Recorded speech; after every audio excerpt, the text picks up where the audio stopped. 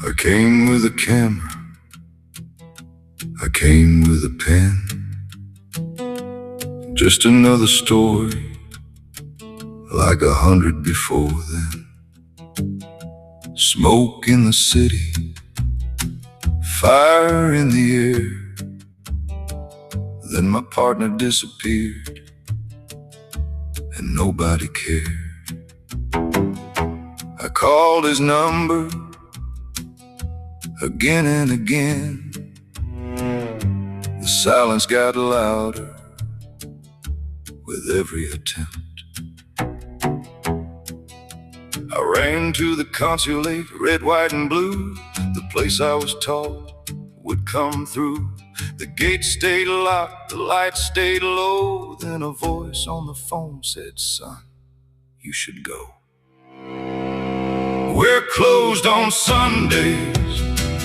Good luck tonight. Sorry, son, you're on your own till the morning light." And something broke deep inside me, standing there alone, when I learned my faith in man had built a fragile home. Good evening, y'all. Good evening. Welcome to the Radical Republicans Live Show. That song you're listening to right there is a tribute to my guest tonight, Mr. Michael Ganoe, journalist. He's coming on tonight, and this song is about him and about the book that he's going to talk about tonight. And I'm talking about Michael Ganoe, American independent journalist. He spent 9 years based in Israel, now reporting beyond under the banner Insight to Israel and Beyond on Facebook. His website, insighttoisrael.com. I don't even know if Michael has an X handle, because I know he hits me up on WhatsApp all the time or Facebook. But I like this song. So I'm going to let you guys listen and play this out a little bit before I bring Michael in. and every illusion started to die under fluorescent prison lights. I thought about home, I thought about grace, I thought about people who vanished without a trace. I thought about freedom and what it is worth when you're locked in a cell on the far side of earth. And I dropped to my knees with nowhere to run, and finally stopped asking help from anyone.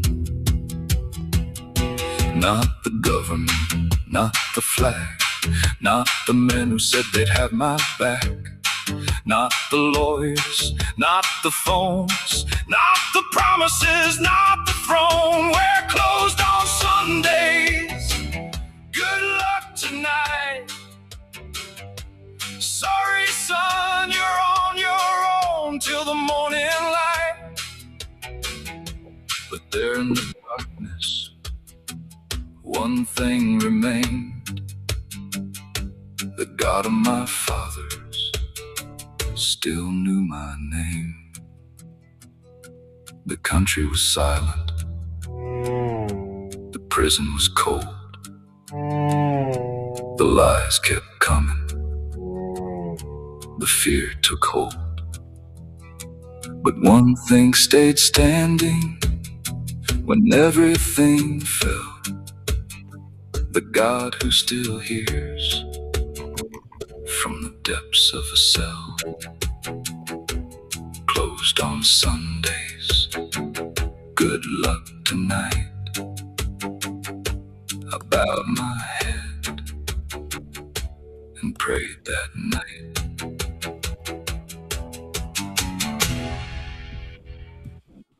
Michael, that's a strong song, man. Yeah. That is a very, very, very strong song. Yeah. So tell us about it, man. Matter of fact, actually, just go ahead and tell people who you are first. I gave you a little short interview, man, a little short introduction, rather. You know, but you're much more than that. Let's start from the beginning, man. Let's start. Who is Michael Ganoe? Where are you from? And let's before we get to your book and before we get to this song and what we're going to talk about tonight, tell people who you are, man. So my name is Michael Ganoe. I'm from West Virginia originally. Come from a small town, and where a lot of people never left, and if they did, it was for valid reasons. I'm 55 years old. I'm going to be 56 soon. And I worked in politics for about 12 years, lived in Washington, D.C. That's how we became acquainted with each other. Mm-hmm.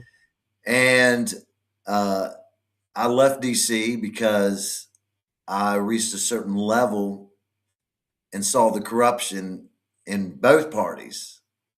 And I said, God's going to send them all to hell. They're all going to hell. And so I didn't know what I would do with my life, because after you've done something for so long, it's hard to transition to something else, Right. So my friends, I had a lot of military friends in Washington because I grew up in a military family and became acquainted with military people. And so my friends that are from the Navy, they're retired Navy. I was at their house and his wife looked at me, a buddy of mine, his wife looked at me and she said, "You love Israel. Why don't you go to Israel?" And I told her, I said, I don't even know anyone there. Now, let me clarify something. I lived in Israel for 10 years, 9 years, 10 years. After the first 5, it doesn't even matter. But I was like, what would I do? I mean, I don't know anyone there. And his wife looked at me, my friend's wife looked at me and she said, "Michael, you're a smart guy. You'll figure it out." And you know what? I did. I paid off all my debts. I cashed in my retirement. I had a lifestyle like most Americans. And I narrowed my life down to 2 bags. And if you could have seen all the clothes I had living in DC. Oh, I can imagine, man. You're in politics, man. You got the You got the suits. You know what I mean? You got the shoes. You got the shirts, Yeah. ties. Oh, your closet is like you know, the big double wide closet full. I know. I know. So I paid off all my debts. I narrowed my life down to 2 bags, and I'd never been there before. Just packed up and moved to Israel. And I had no visa to legally stay there past the 90 days. And I lived there actually for 4 years illegally Oh, geez. Okay. until I connected with the right people and they got me a visa. Hmm. Okay. So I lived in Israel for 10 years. I went as a pro Israel journalist. And over time, I've been on every base in that country. I started a program called Chocolates for Heroes, where people from around the world would send me notes of love, prayers, and support to the Israeli soldiers. And we would put notes on Hershey's chocolate bars. So we had a picture of the person, their notes, their name, and what country they're from. And when I traveled the country, I would give these chocolate bars out and encourage them to fight for freedom. What I understood at that time, what Israel was, and now I understand differently. And when was this? What So year? What year did you go there? I What went in year? 2012. 2012. Okay. Yeah. And then because I wouldn't take the COVID vaccine in 2022 in January, they sent me out. So they wanted all the foreign journalists to vaccinate. And I was very vocal being part of the freedom movement in Israel against the vaccine, the lockdowns, and everything. So anyway, I moved to Israel. I created this program, and wherever I traveled in the country, I'm handing out chocolate bars to soldiers, and they're connecting with these people online when they see the name and what country they're from, and they'll send a picture of themselves with the chocolate bar. So it built a lot of rapport between me and the military, huge rapport. Hmm. They were literally inviting me to stay the night on bases, on military bases, and I would literally bring hundreds, if not Hmm. thousands, of chocolate bars with me and have the opportunity to speak to the soldiers about why it's important to defend their country. Now, Okay. I want to clarify that I have a much different view now because even Jews were telling me, Michael, this place is not what you think. It's evil. Now, they never got into specifics, but they just pointed me in a direction. And you have to understand something, and I think you understand this yourself, Jarome, and your viewers. We're conditioned uh, to in the United States to think a certain way, as people in a lot of countries are. But Right. we're conditioned that Jesus wears a robe of red, white, and blue. And it's okay to kill Iraqis, a million Iraqis, and steal their gold under false pretenses. Find out those false pretenses were a lie and do nothing about it because Jesus still loves us. And once I got all this figured out over time, and I talked to people from other countries, I've been to over 30 countries and done interviews. Uh, I began to understand why we are hated. It's very sad to say because anyone I worked with would have told you Michael Ganoe is the biggest patriot, man. That guy loves God, country, and flag, and he will give his life for it. Right. And there was some truth to I that, know. a lot of truth to A that. lot of truth. A lot of truth to it, man. I I mean, mean, look what you You're an American, you know, and you're here. And like I say, you worked and served around D.C. I served for 27 years, you know, in the United States Navy, you know, believing the exact same thing and serving the exact same thing. Ran for Congress on it, you know, the exact same thing, you know. But it was about my love for my country, for my family, not necessarily, I guess, the politicians. You know, right, right, once you see it, you can't unsee it, right? You know, this is the right, deal. Once you see it, you can't unsee it. Once you unplug, you know, I've been unplugged from the matrix a long time, but I still served and I still believed in American exceptionalism. I still do believe this is the greatest country in the world to live in. You know, me personally, even though I've been to many countries, and there's some fabulous countries. There's some places that I would live outside of the United States. They may not have the quote unquote constitutional freedoms that we believe we have, right? That we right. believe we have. You know, but I'm with you. I understand exactly where you are. But go ahead, continue. So anyway, I moved to Romania in 2022. I had previously lived there for almost a year. After the fall of communism, I was there teaching English, Okay. and that was when things were much different. There was no internet, no cell phone, no PayPal, any of that. And it was really I spent a lot of time in Haiti, Venezuela, and Romania in my 20s. And for a young guy at that age, as an American, I had my first passport at 18. Mhm. So a guy from a small town in West Virginia, I still can't figure it out how it came about.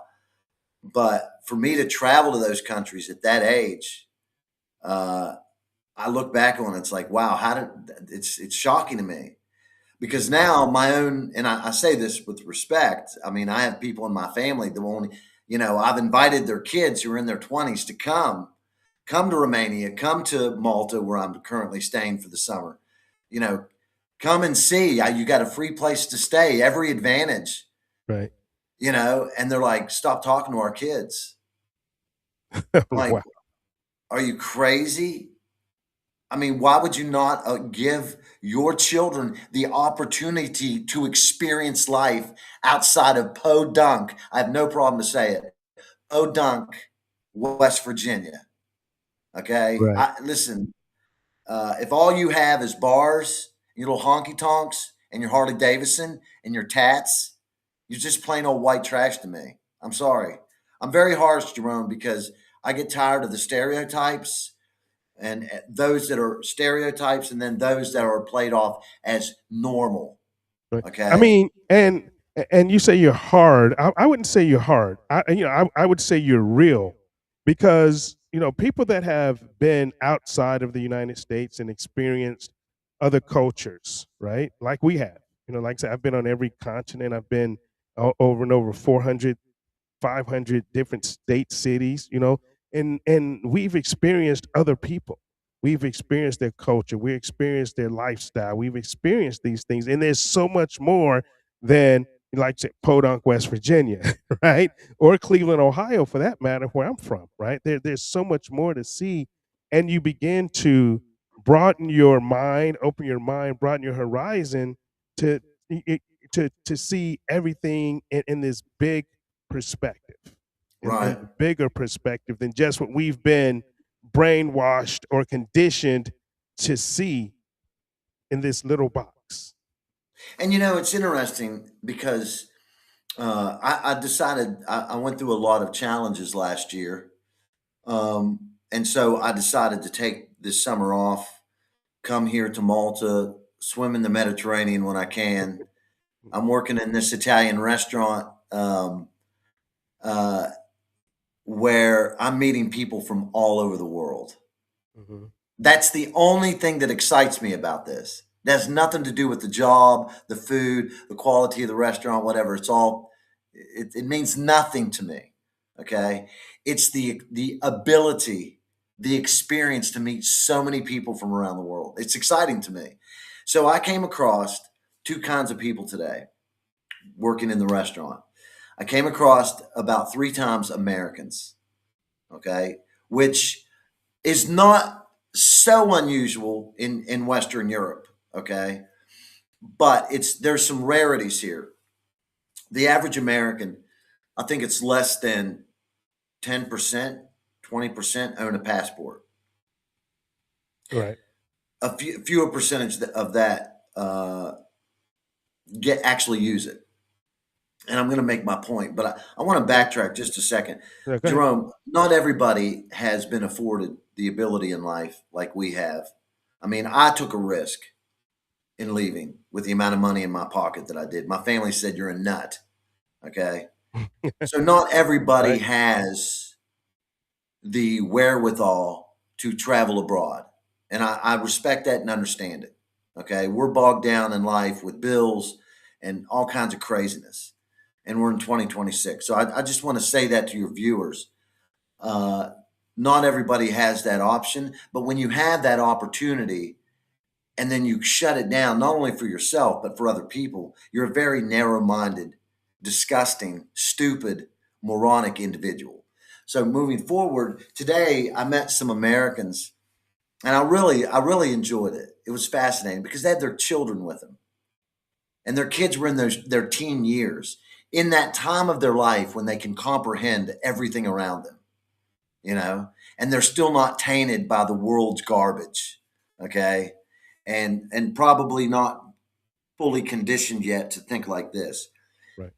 And it was so awesome because I talked to the parents, and we just had a great conversation. And I looked at their children, and I looked at the parents, and I said, "Listen, I'm not trying to intervene on whatever you're teaching your children, but this is very clear what you are, because you took the time to get them a passport." Right. And I looked at the kids. I said, "Kids, let me tell you, I left the country at 18 years old on a passport. I don't come from a family of ability. Okay. My parents raised 4 children, very, very hard workers, but didn't have the ability to take us beyond like Myrtle Beach, South Carolina, or Virginia Mhm. Beach, you Right. know?" And I looked at them and I said, "Always be grateful for your parents, what they're giving you, this life experience, because not every child in the United States, let alone the world, has that ability to be mobile, or their parents have the ability to be mobile and show them the things of the world, the history." And really, it you could feel the rapport in what I was saying between me and the parents. Then we had a huge table, huge table. This, and I loved it. It was you have to embrace people that are maintaining the family bond. Right. There was like a dozen or more Mexicans. And you see that you see that much more overseas than you do here in the United States. You see it in Yeah, pockets, right? You see it in pockets in the United States of, certain people, certain ethnic groups too. You see it more than others, but overseas, it's always about the family. right. This Mexican family, it was like there had to have been at least 12 of them. Okay. And I asked them, I said, "You guys are all family?" And they said, "Yes." And I said, "I want to say, as an American, I've met Canadians, but now I'm saying to our fellow citizens in Mexico, just south of us, that we love you very much, and we appreciate what you've contributed. Your culture has contributed to our culture." Wow, you couldn't have there was a smile on everyone's face. And I looked at the kids and I said the same thing to them that I said to the American kids. And again, you see that verbal or that facial exchange of rapport, you know. It's very important. It's very important today.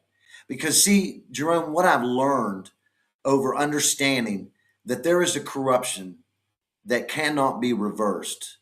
I'm solely convinced of this.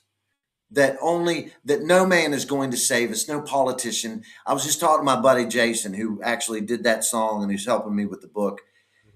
We were laughing, reflecting on how many years we worked in politics and heard the same narrative over and over and over again. Right. The next election, the last election, let's just throw this in there. Iran is 2 months from the nuke, weeks away from the nuke. I did a whole story on this, that they've been saying this, and I even have Israeli headlines in Hebrew that say back in 1982 that Iran is 2 months from the nuke. Right. They've been saying it for, So, for 70 years almost. yeah, It's a memo just like anything else, WMD.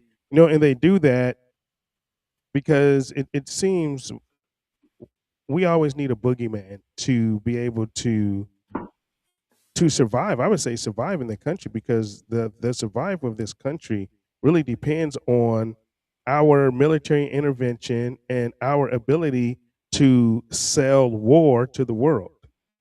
Meaning, the big, military industrial complex companies. right, What would we do? Because we used to feed the world, right? We used to, we had all the farms, we had all the livestock. So we used to feed the world.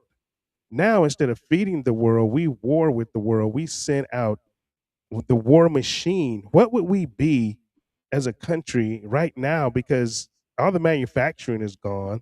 that actually built this country, that actually Right. made us the envy of the world, and that's why everybody wanted to come here. But that's gone. Other than the military industrial complex, what would we do if we didn't sell war to the world? Well, and this, listen, I'm very glad that you said that. You're making an extremely valid point. Uh, I listen. I just met some Italians tonight. I love Italians. Okay, I have this infatuation. I don't know what it is with Sicily and Italy, the culture, the food. I think a lot of people do for Well, whatever reason. I've been there, and I love it. I love it. I love it. I know you. And for those who haven't been, it's just one of the things you have to go. You have to Yeah, go and experience it, right? yeah. So I've touched the Roman aqueducts in Cyprus, in Israel, in Istanbul, in Malta, in Sicily, in Italy. I mean, what a privilege, Jerome. What a privilege to be able to touch this history that still exists in the Right. 21st century. Mhm. Wow, I'm telling you, I get overwhelmed when I think about how many people will never have that opportunity, Right. nor seek it, you know? Right. So I talk to Italians, and the younger generation is changing. But I've had I'm actually, there's some side work I'm doing with an Italian company in luxury real estate. I don't sell real estate, but we manage luxury properties in Sicily and Italy. And so I had a meeting with the CEO in Ragusa, Sicily, Medusa. a couple of Yeah. months ago, Okay. and I was praying that they would move me to Sicily. Okay, and he told me, he said, Michael, he said, Italians are backwards. He said, Mhm. we haven't adapted to having English integrated into our language scale. Like, Right. look, Europeans know 3 or 4 different languages. Mhm. You know, and so it didn't happen. They needed me here in Malta to do some work. So my point is that he said that the Italians are backwards, but I said, wait a minute. You look at that as a negative. For me, as an outsider, I look at that as a positive, because what it's done is it's preserved your culture.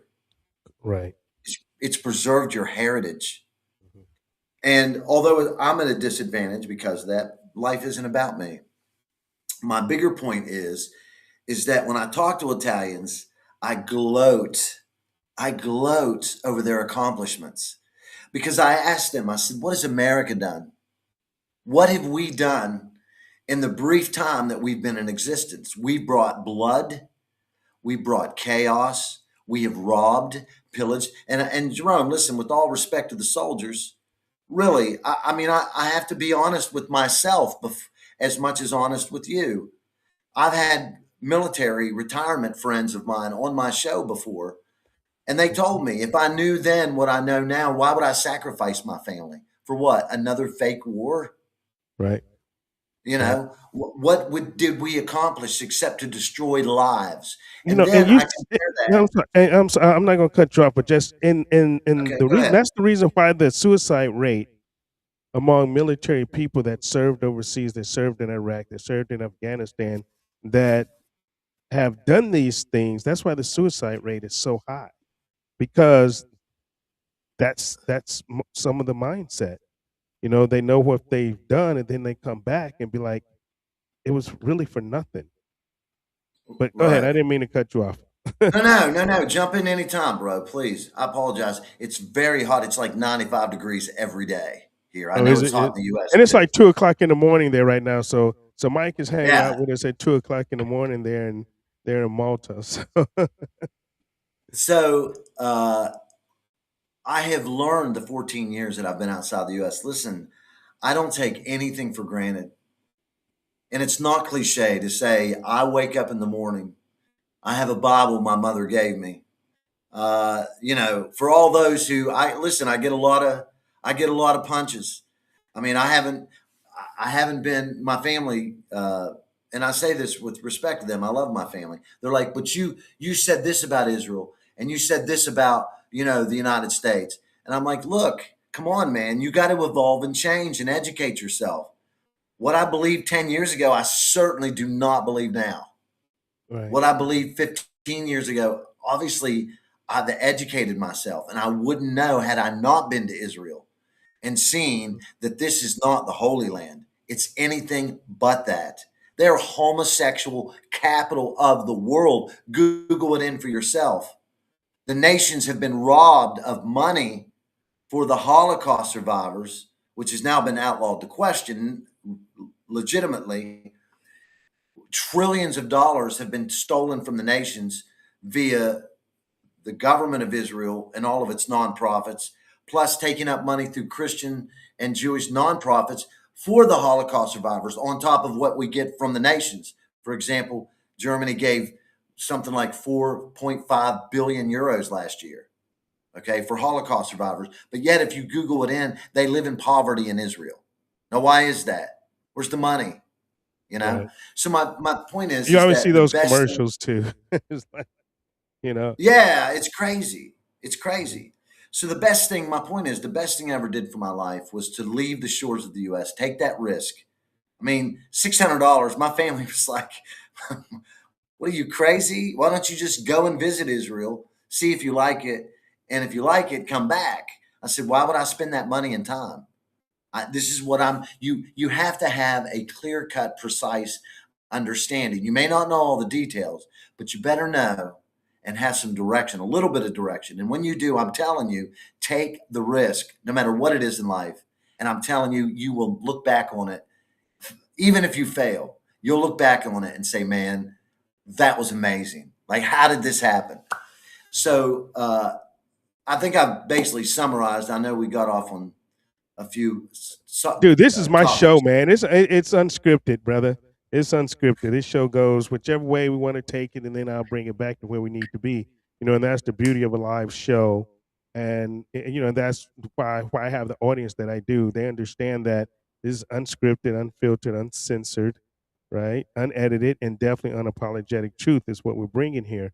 You know, every Sunday night here in the Lions Den on the show.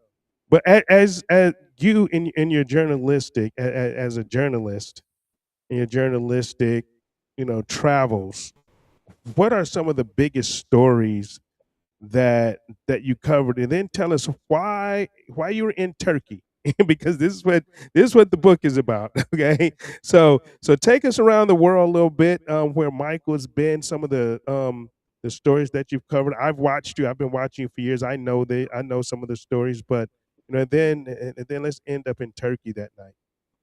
Okay. So for me, especially, 2014 was Operation Protective Edge on the Gaza border, the war with Gaza. Um, that's kind of the most, that was the beginning of the beginning. I literally, I, I don't, all I want to do is my job.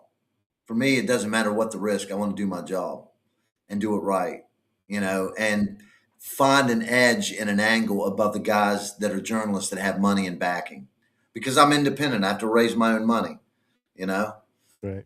And so in 2014, I spent 6 weeks sleeping on a yoga mat on the Gaza border, going from kibbutz to kibbutz, doing interviews. I would sleep at night in a potato field. Now, I didn't have to do that. I could have probably stayed with someone, but for me, it was about getting the night action. Hmm. The exchange of uh, rockets, and I'm sure your audience knows there's a difference between a rocket and a missile. Right. So there would be an exchange of rocket fire and then the Iron Dome. And it was very dramatic. You could hear gunfire at night, drones all night long. And if anybody has watched any footage coming out of Gaza, you hear nothing but constant drone. I think a lot of that is a psyop, Hmm. you know. Hmm. Uh, my mother couldn't even watch the social media. It freaked her out so much. So I was in the biggest firefight pre-Gaza invasion in 2014. It was just by mere circumstance I happened to be there.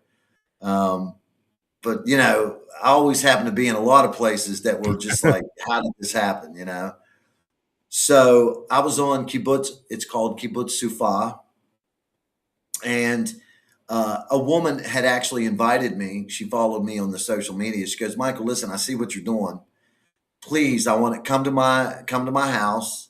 This woman was like in her 70s. Come to my house. I'll wash your clothes up, because I would take 2 big backpacks and load it down with clothes to change into. And in the morning, I would stand on this yoga mat. This is not completely, I'm trying to keep it G-rated. I would strip down to nothing on the yoga mat, and I would wash down with baby wipes and brush my teeth. And the journalists with their Zoom lenses, when they'd see me, they're like freaking out. They're like, listen, man, you're going to get yourself shot, because that's the time when the snipers are out. Oh, shit. Okay. Right. Yeah. So I would stick my butt to the Gaza, my naked rear end to the Gaza, and I'd flip them the bird in case they were watching, And I listen, I did some things I'd rather my mother not know about, but since she has Alzheimer's, with all due respect to my mother, she'll forget in the morning. Right. So, Okay. anyway, on this kibbutz, this woman invited me. So I really didn't sleep a lot at night, obviously. And so I got some sleep. This woman washed my clothes up for me, dried them, folded them, made me a nice lunch and dinner. So she was actually on this kibbutz. What happened was that night, she took me to the soldiers. They were in pillboxes. And she took me to them, and I gave chocolates for heroes to the soldiers. And I asked them, I said, listen, can I stick around and hang out with you guys? And they said, look, if a commander comes around, we did not give you permission. Otherwise, we'd love to have you. So I ended up staying. So that next morning, I remember laying there on that yoga mat behind the pillbox, and they were changing shifts. Okay. So they had one group leaving, the next group coming in. And I'll never forget, I could hear voices, and I could hear one commander in Hebrew say to another commander, who is this guy? And the commander said, that's chocolates for heroes. That's a chocolate guy. Okay. That's the chocolate man. What they call me. That's Willy Wonka right there. So basically, to summarize, that morning, they had found Hamas coming out of one of the tunnels in a field close to that kibbutz. So I'm laying behind the pillbox. The sun was just about to come up. It was dusk or dawn. And so the commander told me, he said, Mike, well, I need you to stay down behind, in this area, because this is now the time when snipers, are watching. You could be a target, very easy target. So obviously when I hadn't listened, now I'm listening to what he's telling me. So all of a sudden, and I got this on video because the radio started going off. Mm-hmm. And I knew I could hear the urgency. So I hit record on my iPad, and I recorded. I didn't show faces. It was dark, but you can hear the radio blaring. And basically they were saying that they found Hamas coming out of some hidden tunnels in a field next to the kibbutz. So the commander told me, he said, listen, we're going to get some firefight. There's going to be a firefight. And, do you want us to take you out of here? And I was like, absolutely not. No, I want to stay. He said, all right. So look, you stay down. If somebody comes, we didn't give you permission to stay here. I said, cool. Anyway, when they hit that tunnel, those guys coming out, those Hamas guys coming out of that tunnel, and it was televised, there was a huge firefight that started to take place, and it got crazy. There were mortar rounds going off at this kibbutz. They evacuated everyone. I was the only person that didn't evacuate that was a civilian. And I did that on purpose, because what happened was the commander took me aside and said, listen, we've got to take you back away from the front here. And so you're going to follow me. First, they gave me a glow stick, and they said, you're going to see another guy waving a glow stick, and you're going to go to him. But then he changed his mind, and he said, look, I'm going to go with you. So he went with me, and I'll never forget, they had, I think these were the tunnel, what you call the tunnel rats. I didn't know this till later. So we were walking through this field, and we get down on one knee, and all of a sudden, like out of nowhere, these guys show up, and they're wearing masks, and he's talking to them in Hebrew. And then the commander said, Michael, you need to go over here. There's going to be some soldiers that'll meet you. So I went over to the side. They met me. They didn't take me off the kibbutz. They just left me, okay? Because I'm sure they had important things to do. So I'm sitting there, and I'm videoing Apache helicopters up above, like shooting off missiles, okay? And at the end of the day, the security saw me. They accused me of being a spy. The military arrested me, took me to a school that they were using as their headquarters. And then they had the local police come and arrest me, pick me up. This is in Israel. In Israel, yeah. In Israel. So the police took me to some, and I'm trying to remember the name of the city, but it was like 30 miles away, something like that. And because they couldn't, I don't keep my passport on me anywhere. Right. Okay. Right. They tell you you're supposed to, but I don't listen to what they say. What if I lose my passport? What if someone steals it? Right. And so I had a picture of my passport, but they said it wasn't clear enough. So that's when they said, what did you have on we want to see your iPad. What I did was whenever I would record something with my iPad, I'd upload it to Facebook and then delete it. Because I know this is exclusive stuff. The military does not allow the press to go anywhere with them unless it's they specifically pick out the media, and then they narrate what they're supposed to. Right. What they're supposed to say. It's all censored. Yeah, it's all censored. So what's funny was, as we were coming off the kibbutz, when the police were taking me off the kibbutz, my friend Iris called me on my cell phone. And she said, do you understand where you are? And I said, well, I'm starting to. Because I looked back out the back window, and I saw, you could see plumes of smoke coming off up in the distance. And as we were coming out in the police vehicle, there were troop transports rolling in, and the media was on the back side of them. Okay. So I'm like, wow, I got exclusive content. So anyway, after several hours, when the police held me, we called some of my contacts in the military. And then after we got all through that, and at the end, basically, I'll tell you, it wasn't my contacts in the military that I had. It was, I said, call the MC. Here's my social security number. They sent someone in with an English translator to come in and interrogate me. And the interrogator ended up leaving after some time, because I'm like, what do you want from me? So what type of spy? Were you an American spy? Is that what they were trying to say? You were? I'm one of those leftist journalist spies. Okay, that's what they were saying. Okay. And eventually, like I said, they let me go. But that was the firefight in itself, being there and getting that exclusive content. It was very scary, especially because I had never experienced anything like that.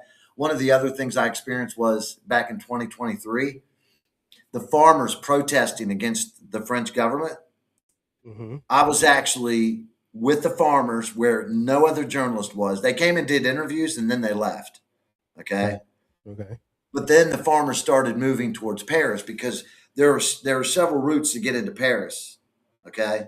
Just like Washington, D.C., you have the Beltway, and then you have the off ramps. So I was with the farmers on one of the off ramps headed into the city, and I'm on the lead tractor doing live interviews with the farmers in France. That was awesome. It was exciting. Then I was there. That was in the spring of 2024. Spring of 2023 is when the French government turned over all of the pension funds for the government workers, school teachers, all that, over to BlackRock. Oh, wow. Okay. And the people were protesting against this transfer of funds to BlackRock. Mm-hmm. And so they even went to the BlackRock headquarters in Paris, where I went and did interviews right in front of the building. They broke into the BlackRock headquarters, but it's one building containing many other businesses. Right. So anyway, I was there right in the middle of the protests, which actually were peaceful. But what happened was the police come in with water cannons and clubs, and they start the problem. That's That's normally how how it it happens. starts. That's normally what happens. Or either they have Yeah. agitators. So I was right there in on the the middle of it. ground. I had a press vest on, Mhm. okay, which I learned to use very little. You're better off to go in as a civilian, go in, use your camera, get the footage, do the interviews in the middle of the chaos, and get out. Right. That's what I learned the hard way. So anyway, being right there eating that tear gas, that was someone actually, one of my followers on Insight to Israel was actually there in Paris. And I don't know why they didn't approach me, but they took a picture of me standing there looking at my phone with my press vest on, and told me that they saw me in downtown Paris. And I was like, well, why didn't you approach? I never understood why they didn't approach me. So that's, and all that led up to one of the greatest experiences I had. I'm not Catholic, but I was at the Munich Security Conference last year doing interviews. I was there when they picked the new pope in St. Peter's Square. Phenomenal experience. Like, I was there at a coffee shop close to St. Peter's Square, like a block away. And all of a sudden you hear people yelling. You hear them yelling like they picked a pope in English, not just Italian, in English. I was one of the first people in St. Peter's Square. And when I say that, I was one of the first few hundred people Right.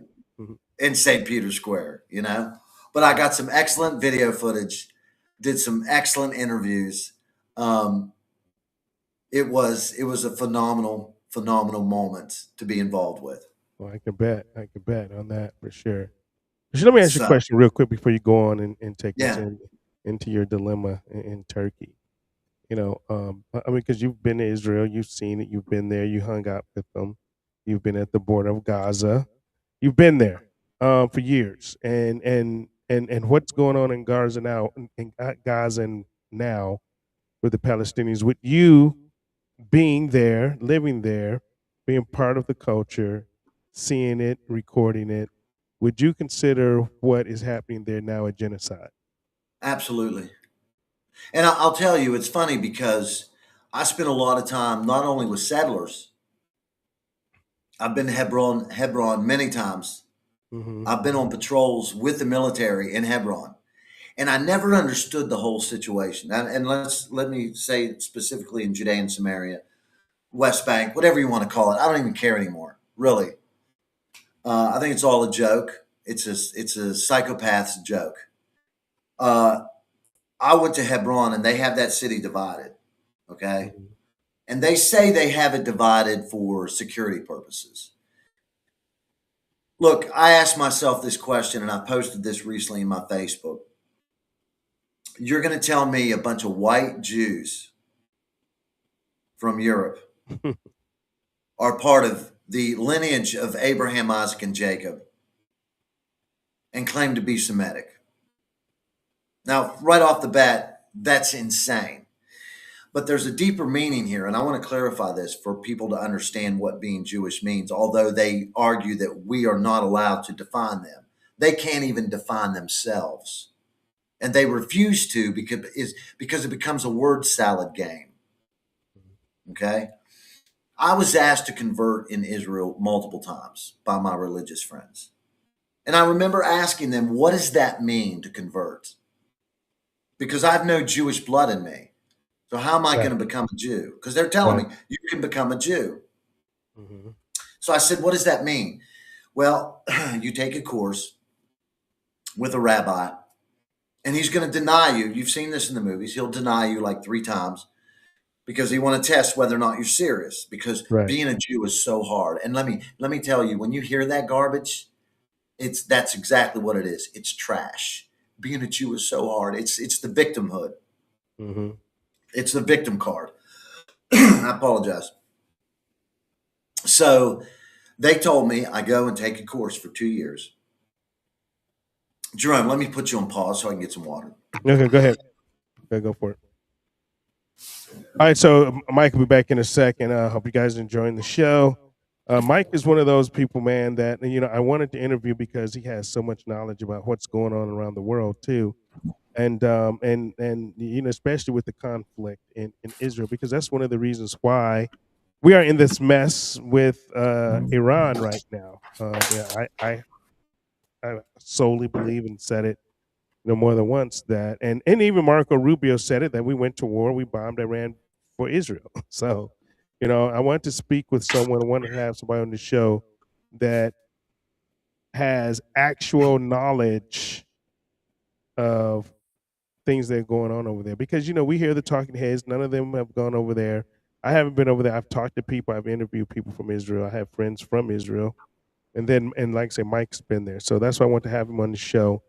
And of course, we're promoting his book. The book is called Closed on Sunday, and we're gonna get to Do you have that the picture in a of few the minutes. cover of the book? I Oh didn't yeah, mean to yeah, interrupt. yeah. No. I'm gonna put that up when we get to Turkey. Oh, okay. Okay. So let me So go ahead, finish, because I continue. think this is important to understand about Israel. Even though we're not talking about Israel, I apologize, but never mind. Mhm. So when you take these courses with the rabbi for 2 years, then they come into your home. They see if your home's kosher and all of that stuff, because it's very detailed. Living a kosher life is very stringent. Okay, Mhm. but they also use cheating methods to get by with it. And I think you've probably seen some of those in the social media. So then, after that 2 years and with the rabbi and everything, then you become Jewish. You convert. You say a prayer and you convert. I'm Jewish now. Then the next step is, yeah, but the next Uh-huh. step is the legal process. And in that legal process, you change your name to a Jewish name.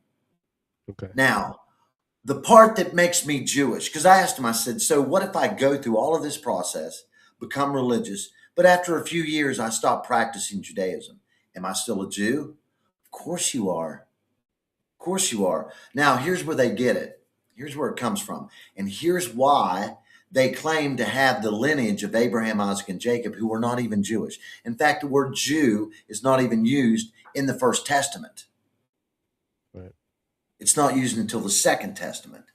Mhm. So they believe that if you had the desire to be a part of them, because I had people tell me for 10 years, actually for 8 years, because the last 2 years during Corona, I was like completely 100% against the state of Israel.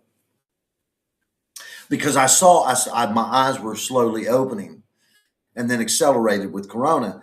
But they told me that in the Talmud and in Kabbalah, that if you have the desire to be a part of the Jews, then you must have a Jewish spirit. Where's that Jewish spirit comes from? Because they believe in reincarnation. This is where the Judeo-Christian departs. Mhm. They believe in reincarnation, that your soul was at Mount Sinai when Moses brought the 10 Commandments down off the mountain. That's when they all converted and became Jews. Now, I have a little problem with this story, because when Moses came off of Mount Sinai, he cracked the 10 Commandments because they were worshiping the golden cow. Right. That's right. They were So committing when did sin. when did this conversion take place? Okay. But Yeah. that's the way they believe.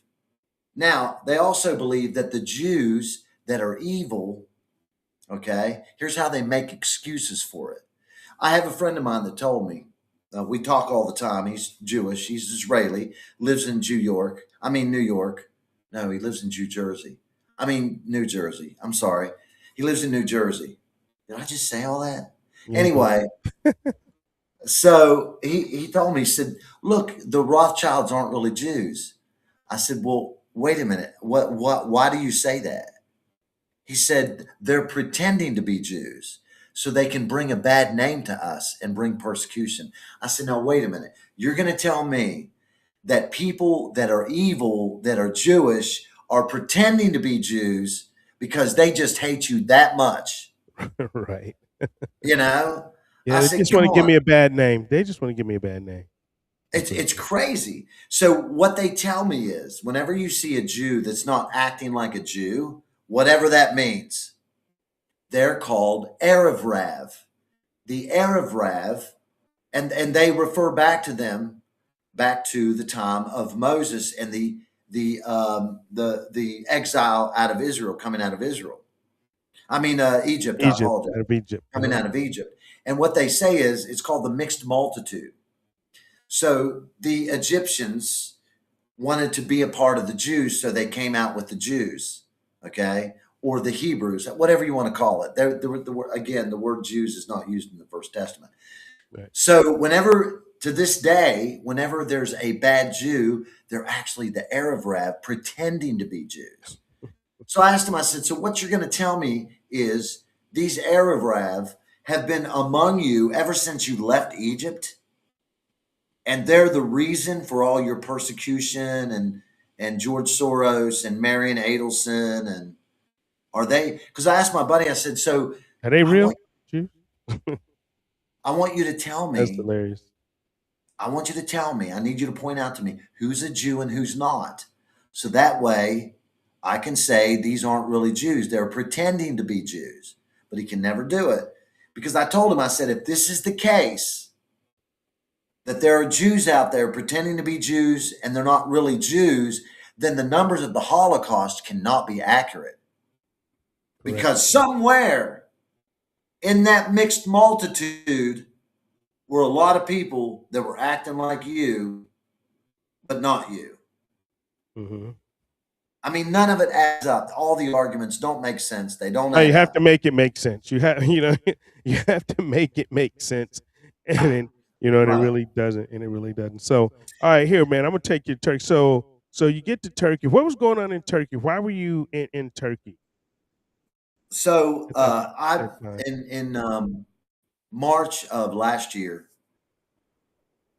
the mayor of Istanbul threw his hat in the ring for the candidacy for the president of Turkey.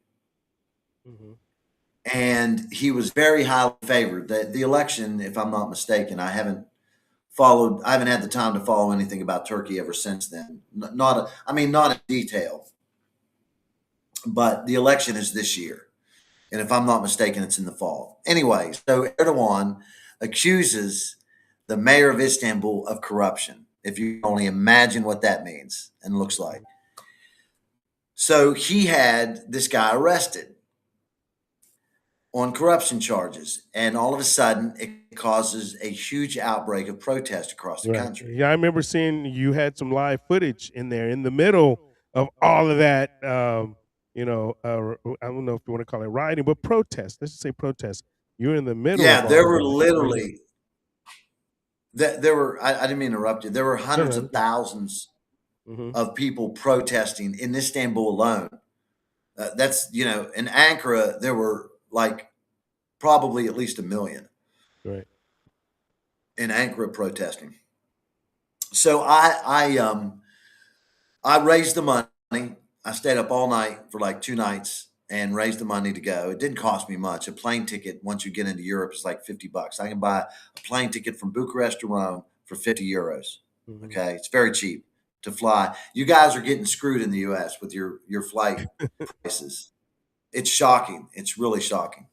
So I flew down to Istanbul, and while I was there was I had previously met at a protest in Bucharest, Romania, a young guy like 24 years old that was a photojournalist, like no experience. That was the protest I met him at. That was his first protest he'd ever been to, taking pictures. Okay. So he saw where I was, so he calls me on the phone. And he said, "Listen, Ganoe, I want to come down. I'll bring the bus down to Istanbul because you can take like a 12-hour bus from Bucharest to Istanbul." I said, "Look, you've never been in a place like this. It's a Muslim country. There's protests going on. It's a country in civil unrest. I'm not advocating that you come, but if you come, understand I'll do my best to look out for you, but I'm not responsible and anything can happen." So he came down on the bus. We split the price of the hotel room, and we go we started the interviews on Friday during the day into the night, like late into the night, to like 12, 1 o'clock, 2 o'clock in the morning on a Friday. Went back on Saturday. I did a bunch of interviews. We got tear gassed. It was crazy what was happening. And I still don't look, I have to give credit where credit's due. The protests were considered illegal by the government. Okay. And I can only tell you what I saw. The protests were considered illegal. They were allowed to happen. The riot police were there in full regalia, but they did not attack the protesters. The young people in the universities were the ones that were going to the police and were throwing bottles, fireworks, all kinds of stuff, wood, signs, all kinds of stuff at the police. And the police had warned them several times not to get involved, not to throw things at the police. They warned them several times. Look, and this is my perspective in dealing with protests for the past 14 years. Protests don't work. It's a joke. They're laughing at you. It's a joke. Right now in Albania, they're protesting against the corruption of their government by the Jews. Let's call it for what it is. It's Jewish supremacy that has bought their government, just like they have the Romanian government, the Maltese government, the French government. This is Jewish supremacy. There's no other way to look at it. You can call it whatever you want, but at the end of the day, the people running it, up front or behind the scenes, are Jews. It's that simple. Is there a conspiracy? A friend of mine asked me one time, Michael, what, you think we're all meeting? Well, you may not be in the meetings, but by God, I promise you and I guarantee, yes, there are meetings taking place. Why do you think every one of our political leaders go to the wall? They don't go to Rome. They're not coming to your church. Right. They're all going to the wall. Barack Obama, Bill Clinton, George Bush, Donald Trump. And when you consider, I know I'm getting off here, but I'll get back on. All of Donald Trump's kids, minus Tiffany, married Jews. RFK married a Jew. Kash Patel dating a former agent, Jewish. Joe Biden's children all married Jews. All of them. Kamala Harris married to a Jew. Listen, this is a pattern. What does it mean, Michael? What does it mean? It is a pattern to intermarry into supremacy. Do you know that one of, and I'm trying to think, the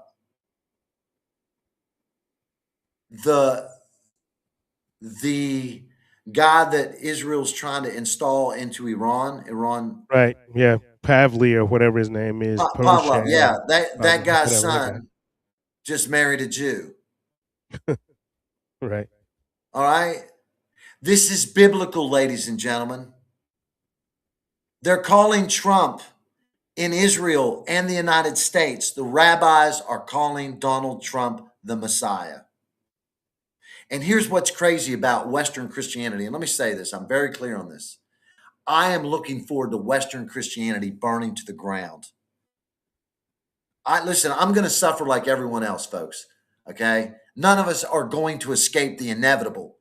We are on a path, a rendezvous with destiny for 2030, and Trump will fulfill it. It's going to happen. You can't stop it. And you know, in the United States, listen, I'm a seminary graduate. Okay, I have my degree in theological studies. They painted this picture for me that the Antichrist would come. He would be young and handsome and rugged and sway the people, and everyone would bow down to him and they would love him. Folks, it doesn't work that way. They painted you a picture that is not even scriptural. Okay? Doesn't matter if it's an old fat guy, because that's what Trump is. You know why Americans love Trump? It has nothing to do with make America great again. It's got to do, that's one thing that he's always talked about. Money, money, money, money, money. It's never been about, yeah, he threw out the principles thing. But when a guy tells you to your face, when he was running for election this past time, he said, you've got the video, I'm sure, to all you Christians, get out and vote.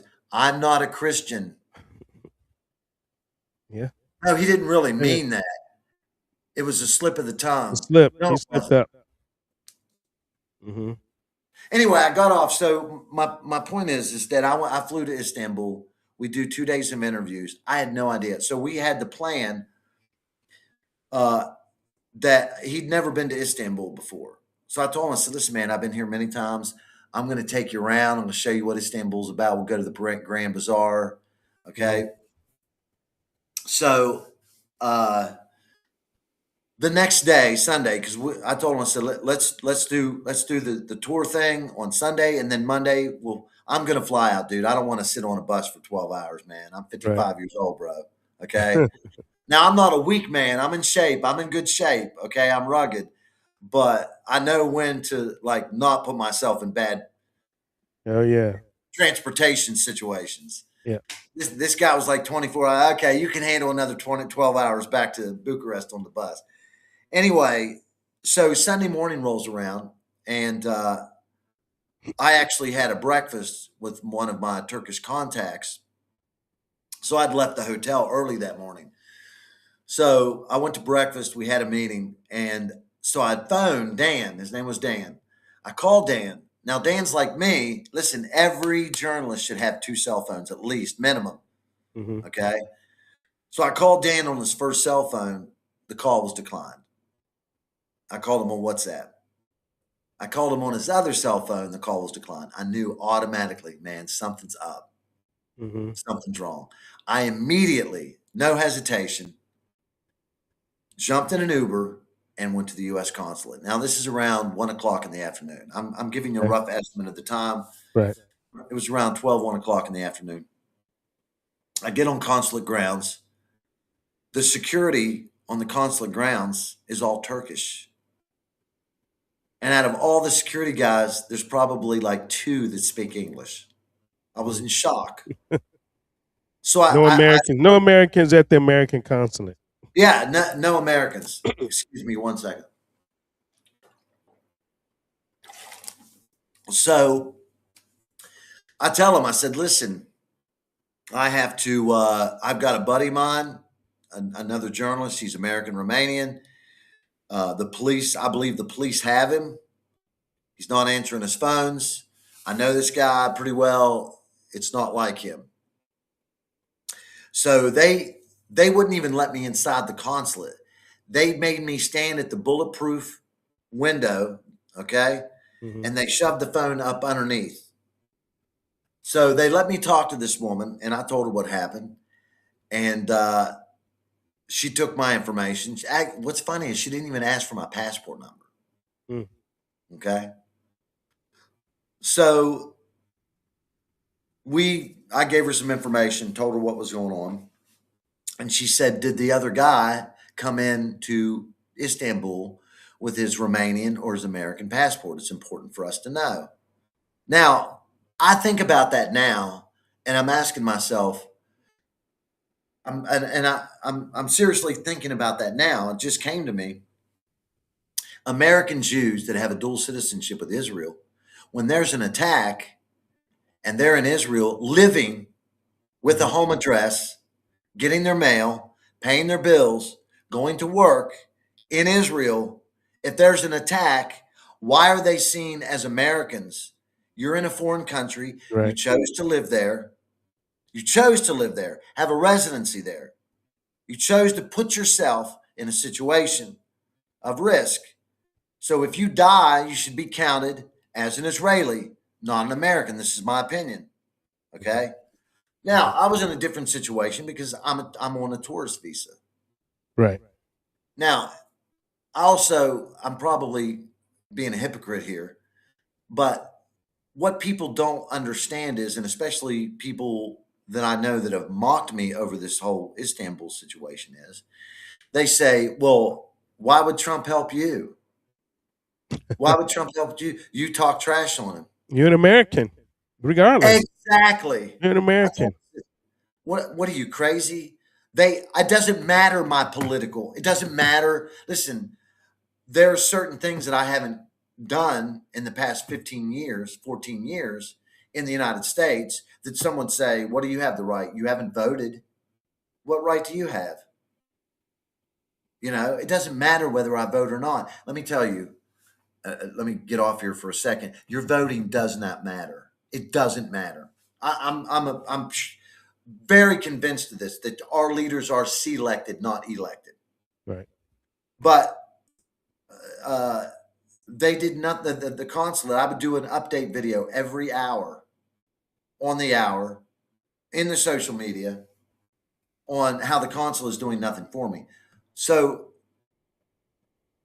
after I spoke with that lady, we hung up. Then, not long after, one of the security guys comes to me and says, someone needs to talk to you. So I went back over to the window, and it's a Marine on the phone. He's asking me questions. At that same time, while I'm talking to this guy, I get a call on my WhatsApp from Daniel's phone. And I answer it. And he says, Ganoe, you got to get me out of here. And then the phone gets passed on to a Turkish police official who says, Mr. Michael, you need to come in to the station and talk to us. I said, no, I don't. I'm right now, I'm on the phone with the U.S. Marine, and I'm giving his Daniel's number or information and phone number to the Marines. I'm here at the U.S. consulate. I don't need to come there. No, Mr. Michael, you need to come here and talk to us. We know you're not an agent. And I was like, what? Where did this come from? You know? And if you Google in Michael Ganoe in Istanbul, you're going to see a lot of information there. They were accusing me of being an agent. An Israeli agent. An Israeli agent. Mossad. So Yeah. I was like, when he said that, I was in shock. I was horrified. I was like, holy cow. I said, who's saying I'm an agent? No, we know you're not an agent. Well, I mean, it's like, you know, I said, listen, I'm not coming to the police station. I'm going to stay right here at the consulate. So we hung up. I can't remember if he hung up or I hung up. He hung up. So the Marine heard all this. He said, we're going to try and help you the best we can. All right. Thus begins the saga. 8 hours, like I said, I sat on consulate grounds. I received a few other messages during that 8 hours. Outside. No. I was on the consulate property. Right. But you were outside. Yeah, I was outside.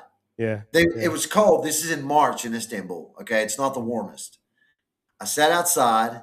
I basically had to beg someone to go to the bathroom. They let me go to the bathroom that was in the garage. Okay. I had to beg for water. They wouldn't give me any water.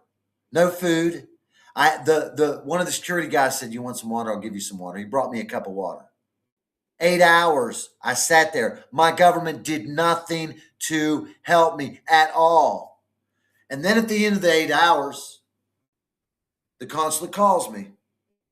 Actually, it was the embassy in Ankara that called me.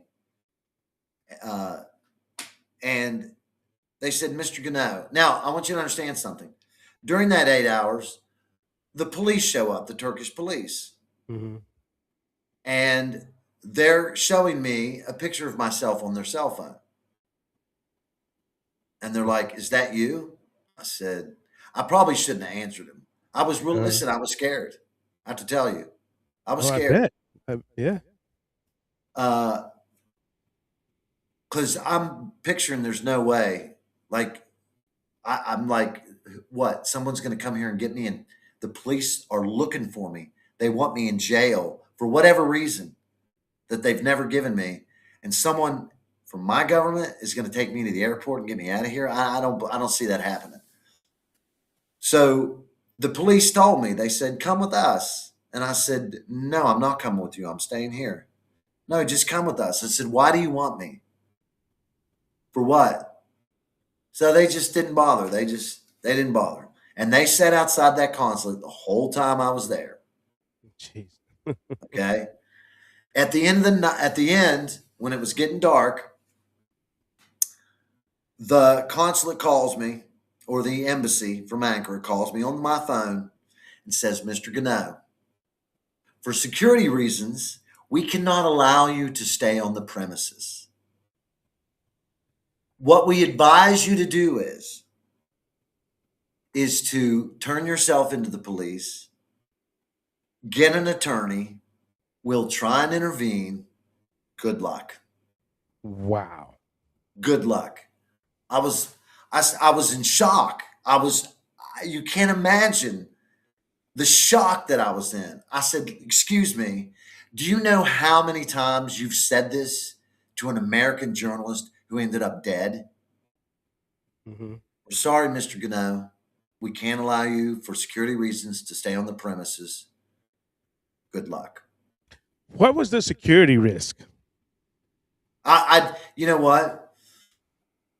I don't know. And what I can't understand is you would think that they would, I mean, this is the country in civil unrest. Mm-hmm. And I say that based on one thing alone that I know. It is illegal for these people to protest. The government made that very clear. So there's a process to this. When the government makes it clear that it's illegal to protest and the protests are happening, okay, you know this is a country in civil unrest. Right. There's tear gas. There are riots taking place between the police and the people. So it's not like, so what I did was I wasn't going to give up so easy. I was in constant contact with one of my friends, retired Lieutenant Colonel David Wilson of the U.S. Army. And I told him what they said. Now, he was in shock. He's like, I can't believe this. Yeah. He's like, what is it good for? What's our government good for? Now, I heard years ago, let me just sidetrack here. I heard years ago that our government, and this was in the 90s. It was in the 90s, late 90s, I believe it was, because I was living in Florida. I lived in St. Petersburg for 6 years. And I was in conversation with some government people. And they told me, they said, the benefit of being an American in a foreign country is that if you run out of money, you can go to your embassy. They will put money in your pocket and they will buy you a plane ticket to any major airport, international airport that you want to go to, mm-hmm. just to get you home. Now, when I heard that, I can't tell you that I looked it up. But when I heard that, I was like, wow. And Jarome, you and I, listen, both of us together, man, we were pounding it hard for the red, white, and blue. Oh, absolutely. Absolutely. So that kind of was like, that's pretty awesome. I mean, because that's what they tell you if you're overseas and anything happened, like any, they tell you go to the nearest embassy. They know that they tell you that all the time. They told us as military people, you learn that as civilians, know where the embassy is. That's what they tell you when you travel abroad, right? Know where the nearest U.S. embassy is. Contact them. Let them know you're there. Let them know you're in country. Let them know you're in the theater so they know, right? Yeah, right. Listen, it's funny. After I understood the level of corruption in the Republican Party and the government in general, when I left in 2012, I had determined in my mind I would never, the government knows where I am. That's all they need to know. Mm-hmm. If I have an address in another country, I will do my dead level best to avoid that address becoming, you almost can't avoid it now.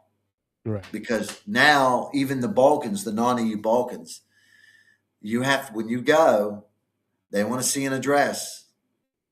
They want to know where you're staying. Right. Now, for visa purposes, what do you hear? Who you staying with? Where you staying at? If you're at a hotel or wherever. Yeah, they want to know all of that. Yeah. Now, the good thing about Eastern Europe and the Balkans is I will not lie under any circumstances. Lying gets you nowhere. Right. In life, in business, in relationships, there's not one reason to lie for any purpose. You're always going to get found out. So, but if you can navigate the system, that's something else. And that's what I love about Eastern Europe. They know that, listen, we're being laughed at, Jerome. Mm-hmm. See, and I hope you don't take this the wrong way. I have no confidence in the system whatsoever. To me, Rome is not burning, Rome is burnt. That flag, I'm sorry to say this, that flag means, let me clarify the balance here. I'm thankful. I talk to a lot of foreigners all the time. I live in a foreign country, but from all over the world. I'm very thankful that I live or was born in the United States of America. Mm-hmm. Hands down, really, because I talk to all these foreigners that say, man, I would love to go to your country. I would love to go to your country. Wow, the American dream. And that meant something to me years ago. Thank God it still has some purpose for me, but I don't know how much confidence I have in it anymore. So after what happened was, when the consulate basically threw me off the premises, I ordered an Uber because I'm like, I'm not going to let these guys get me so easy. So I ordered an Uber, and the Uber shows up. I step off the grounds of the consulate, and the police come for me. I mean, you got to picture this. Right. I'm right there, and I step 1 foot over, and they come for me. There's about Mm-hmm. 5 of them.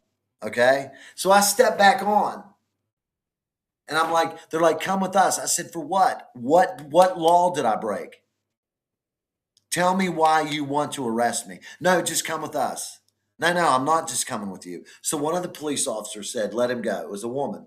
She said, let him go because they're going to catch me. Right. They're going to get you. They're going to get you. Yeah, they're going to get me. But I'm not going to make it so easy. So I had my Mm-hmm. buddy David on my iPad. Now, I had a phone and an iPad. I crushed my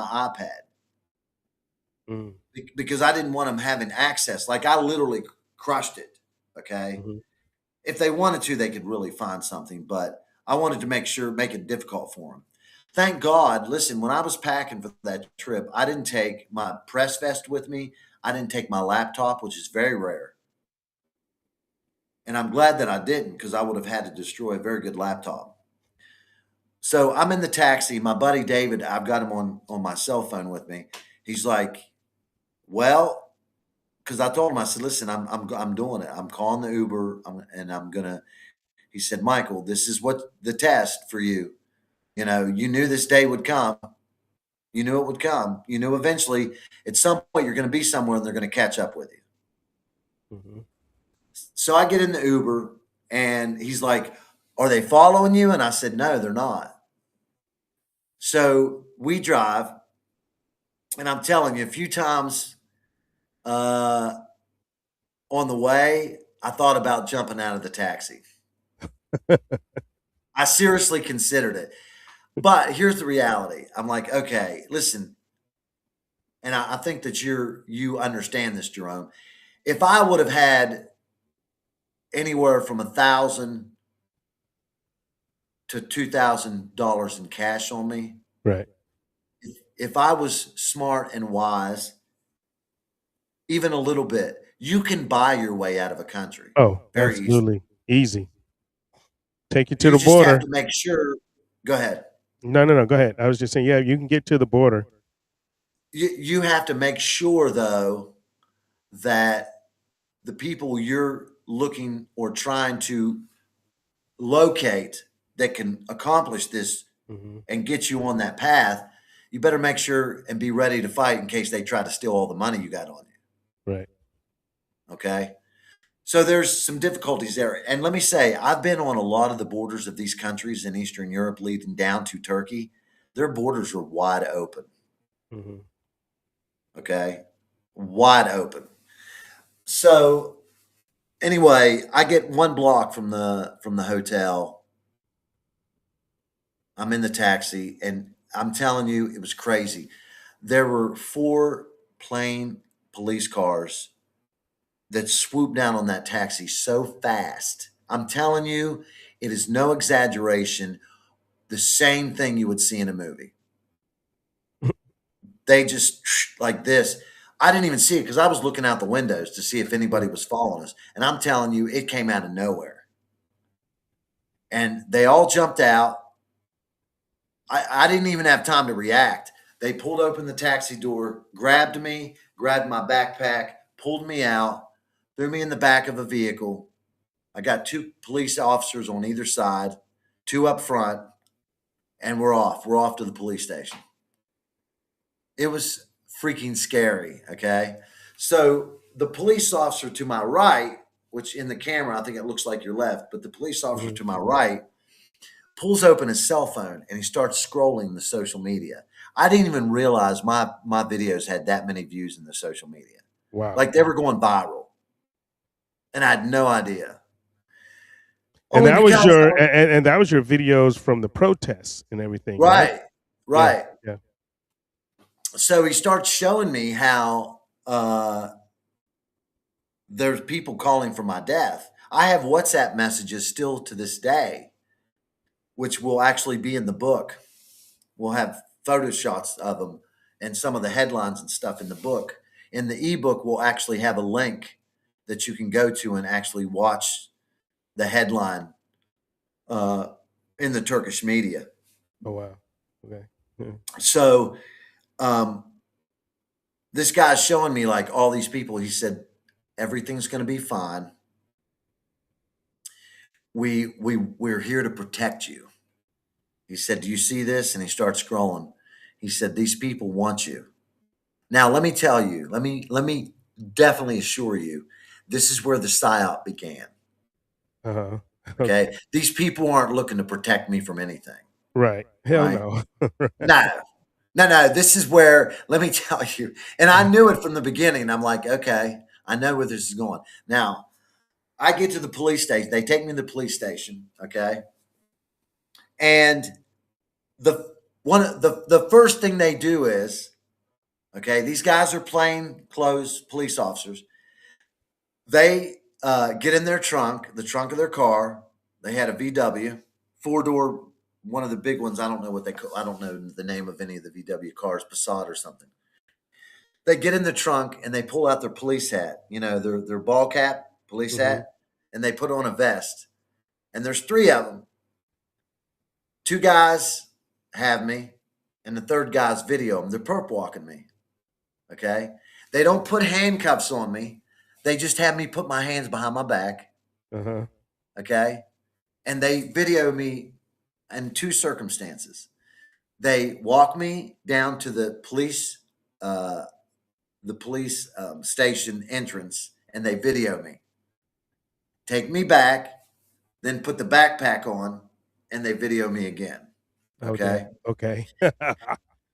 So we get inside the police station, and there's Daniel. Now they treated this kid pretty bad. They put him on some kind of abandoned school bus and slapped him around and threatened him and everything, wanting to know where I was and who he was and why was he in Istanbul.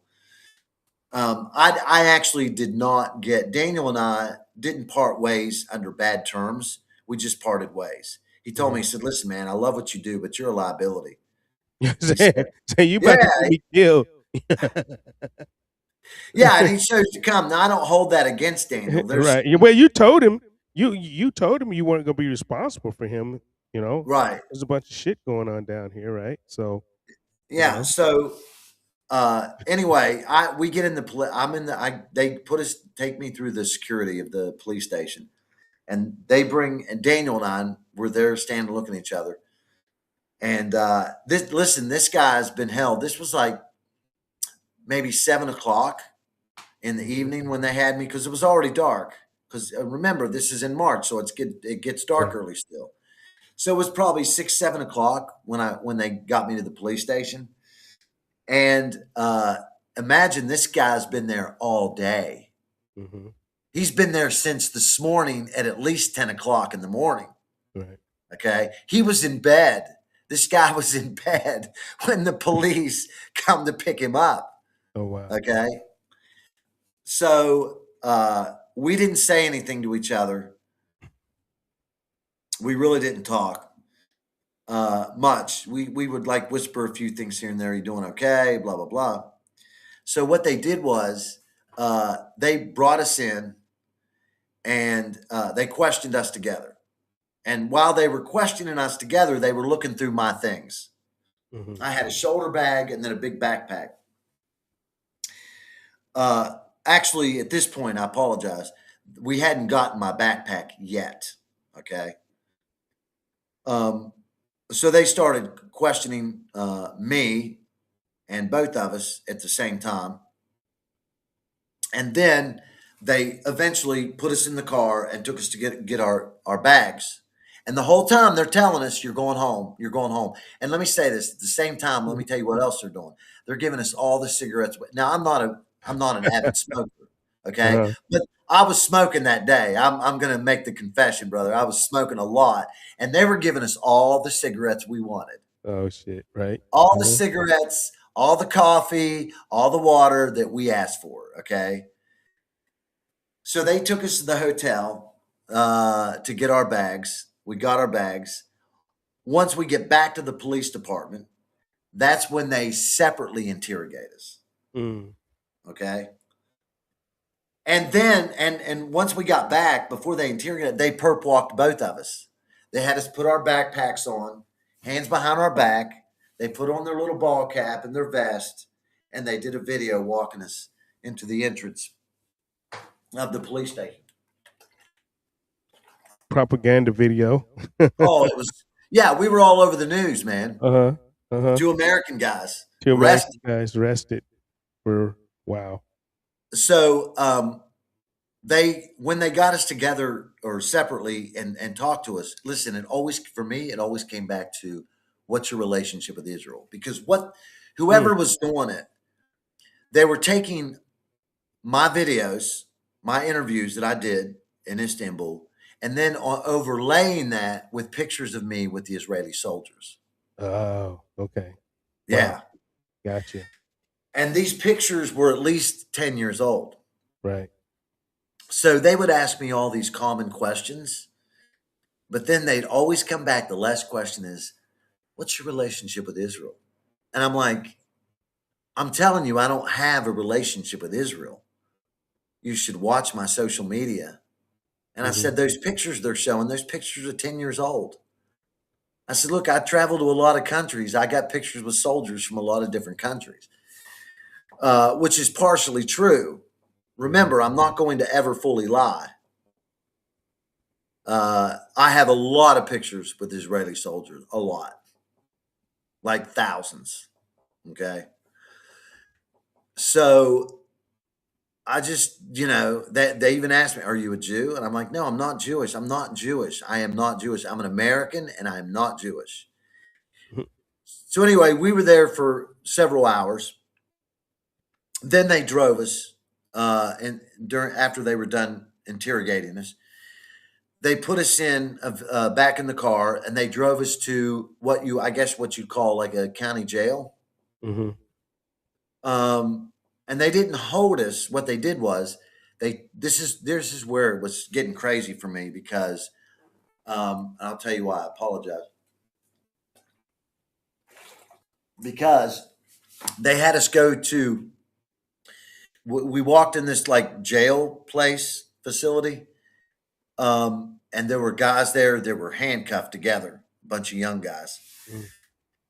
And so we waited in line, and they took us in this room where a security guard was and a nurse.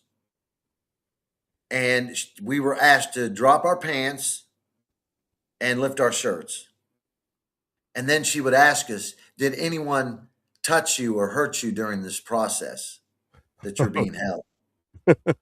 And I was like, no. And then I had to sign a document. Oh, okay. Okay. Now listen, we're doing this at the beginning of this whole entire situation. Right. So once I signed that document with the timestamp on it, Anything that happens after that, it don't matter because you already signed. Nothing happened. It don't matter, bro. Man. So they again, they keep giving us cigarettes the whole time we're smoking. Like it's a lot of cigarettes, okay. And they keep assuring us it's going to be okay. We're going to the airport. We're going to the airport. We're going to the airport. That was a constant theme. Mm-hmm. But I knew we're not going to the airport. So we were probably there until about, and I only know this because I remember certain periods when they transported us to the next place. I remember seeing it was like 2:33 in the morning. Actually, it was. I apologize. I remember seeing the time there, but I remember also seeing the time inside of the vehicle because what they did was they took us back to the police station, loaded our stuff up, assured us we were going to the airport, and put us in an SUV. Now Daniel and I were kind of whispering this time. I'm like, listen, man. I said, I'm sorry about all this. She's like, no, it's okay, blah, blah, blah. And so I said, are you okay? And he's like, not really. Anyway, the police officer in the passenger side turns around and he offers us cigarettes. And he said, Istanbul police good? We're good? We're good? We're like, yeah, we're good. Yes, you're the best. You're great. Thank you. We're saying thank you a lot. Thank you. You guys are awesome. You're great. We love you. I didn't say, we never said we love you, but basically Right. that's the mentality. So, and they gave us more cigarettes to smoke in the vehicle. Now, as we're driving, there are two airports in Istanbul.